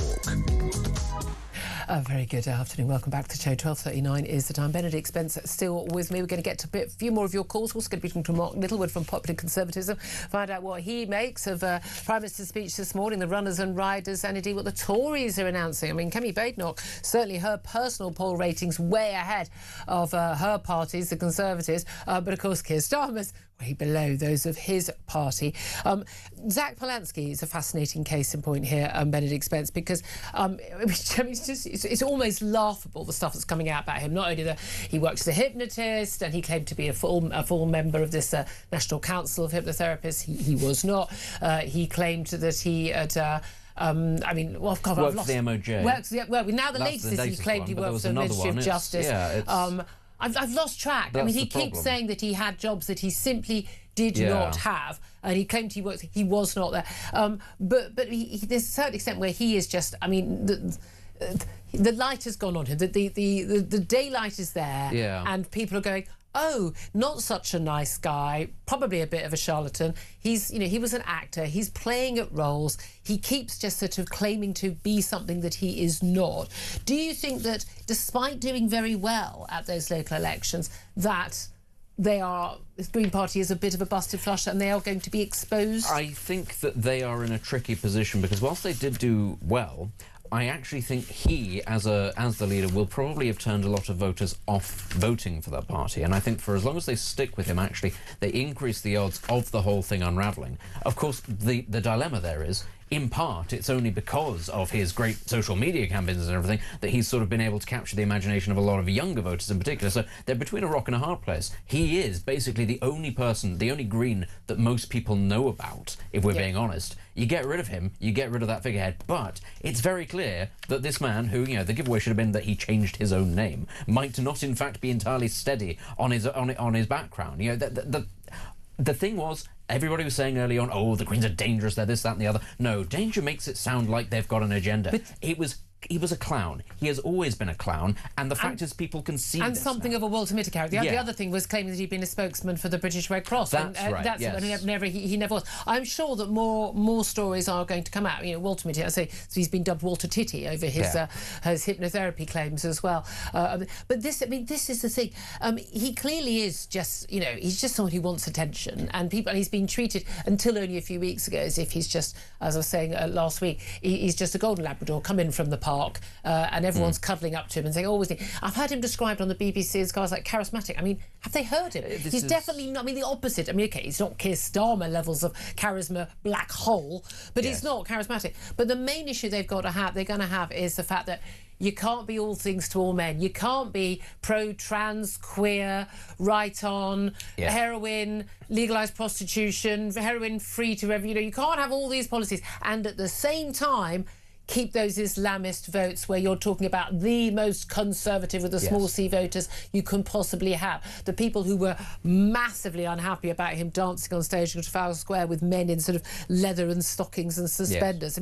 I'm sorry, that's not a great look. It's inappropriate. I don't want people's personal sexual fetishes on stage with a potential political leader or Prime Minister. You don't want people's sexual fetishes on stage, and you also don't want women locked behind closed doors and not allowed to sort of do whatever. Is there a balance between the two? How do you make that coalition work? It was always going to unravel at some point. But also, he's not serious on one of the key issues of our time, which is the immigration. Open borders. Yeah, he just doesn't get it at all. But the thing is, and there's a parallel to be drawn here with Jeremy Corbyn, because a lot of the voters who are now Green Party members are former Labour members who only got into it for Jeremy Corbyn. And people were prepared to ignore the massive personal failings that Jeremy Corbyn had because they bought into this loopy idea that he represented hope. And tax the wealthy and everything will be lovely. And it's a tricky thing because what they do is they ape what's going on in the United States. Corbyn was basically aping that idea of hope that came with Bernie Sanders, who had no chance, but they still bought into the idea that Corbyn could be the same kind of guy. The same thing's happened here with Polanski and Zoran Mamdani in New York. That's why they've bought into... I think Mamdani's cleverer than Polanski, though. Frankly, so is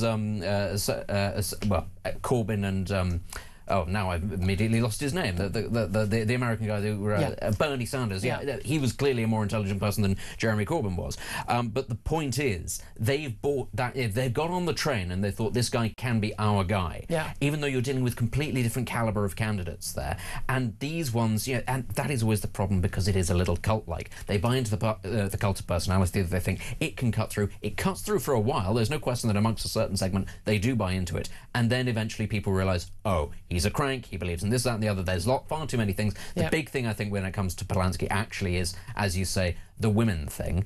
Actually, how can it be that you've got a man who says, a bit, frankly, pretty sexist attitudes and, idea of growing breasts and all that sort of thing. You combine that with the fact that he's getting into bed with people who are, very religiously minded and their religion has particular views on women. Oh, and on top of that, he doesn't seem to have a problem with immigration, and there are stories every single men can be day women. About sexual assaults happening on our streets committed by people who have come into this country. The problem with that is, of course, a lot of his base, they're young women. So how do you square that? Eventually they're going to sit there and go, this doesn't work. This is the terrifying thing. There we are. Well, let's go to some calls. Paul is in Newcastle. Paul, what do you want to say about Keir Starmer this morning? I think it was a waste of time. Well, I could have told you that before you'd even spoken. But because some of the things he said were just dribble. But one thing he did say I'd like to make a point of is he stopped 4 people from coming to Tommy Robinson's march on Saturday. Yes. How can he stop 4 people coming into this country, but he can't stop the votes coming over? Yeah, exactly. He was talking about people, far right, and I have to say, some of the people. There was a woman who spoke at the last one. I have to say, I've got some serious question marks about something she says. But we don't seem to be able to stop the hate preachers coming in. Don't seem to be able to stop an awful lot of other people coming in, as you say. And any Tom, Dick, or Harry who turns up on our shores in a dinghy. Yeah. Exactly. It's quite extraordinary. It really is, isn't it? It really, really is. Thank you very much for your call. Much appreciate that. Gary is on the line. I can't see where Gary is from. Oh, Gary's in Spain. Oh, I hope the weather's nicer in Spain right now, Gary, than it is here. Beautiful here. The weather is beautiful here. It's just a thing that I noticed. Had anyone noticed how long people kept clapping? Yes. It rather seemed like a North Korean get-together. Didn't it? And the worry was the first person to stop clapping might be found in a wooden overcoat somewhere. There was one bit when he talked about, he's finished a sentence and he was obviously one of those, he obviously had in square brackets, wait for applause, and he stood there and then everyone went, oh, okay, we're supposed to applause. The one saving grace though, Gary, he did not have a bunch of people standing behind him in hard hats or nurses' uniforms pretending to look interested. I saw some free gifts being given to the Kim Il-jung, and I wondered if those people who handed over the gifts were still alive. But being serious, what did he say? Was any of it any good? In Spain because of the system in the UK where the pensions and the expenses that go with it, I can't afford to live in the UK. I have to live in Spain. Really? Is that simple? Which is a wonder, and it's lovely. But I can't survive on a British pension. The only good thing is half the council tax, half the power to the electric and gas. Yep. Why can they do it and they can't do it in the UK? Yeah, it's a small point, one worth making. Perhaps he would like to address those issues if he claims that he gets it. Thank you so much for that call, Gary. You enjoyed the sunshine. I tell you what, I don't think the solar panels are doing much work today, judging by the wet and cloud outside my window here in the studio. Coming up, we're going to take a quick break. Then we're going to be talking to Mark Littlewood from Popular Conservatism. What does he make of it all? And does the chances of getting a new Prime Minister mean, well, good news or bad news for the Tories leader, Kemi Badenoch? That's up next. This is Talk.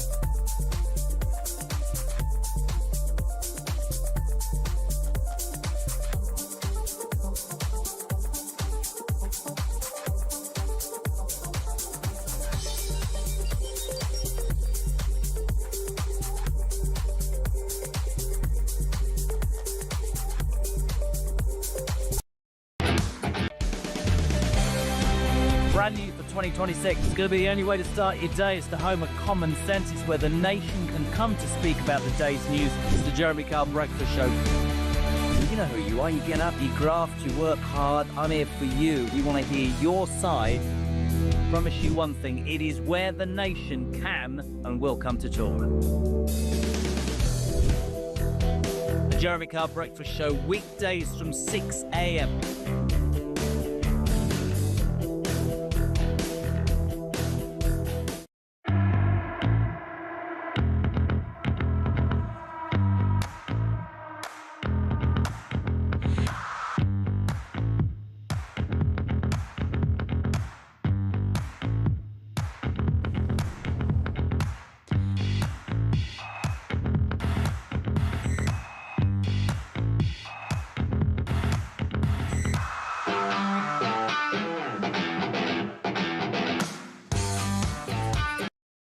Across the UK, on DAB+, on YouTube, on your mobile, and on your side. This is Talk. This is Talk, the home of common sense. 12:50 is the time. Let's speak now to Mark Littlewood. He's Director of Popular Conservatism and joins us to discuss, well, everything that's going on today. Good afternoon to you, Mark. Afternoon, Julia. Just want to get you up to date on a few things. Catherine West, that backbench Labour MP, she has written a letter to all of her fellow Labour MPs, telling them that your name will not be made public for now, but, she says, I've reluctantly concluded this morning's speech was too little too late.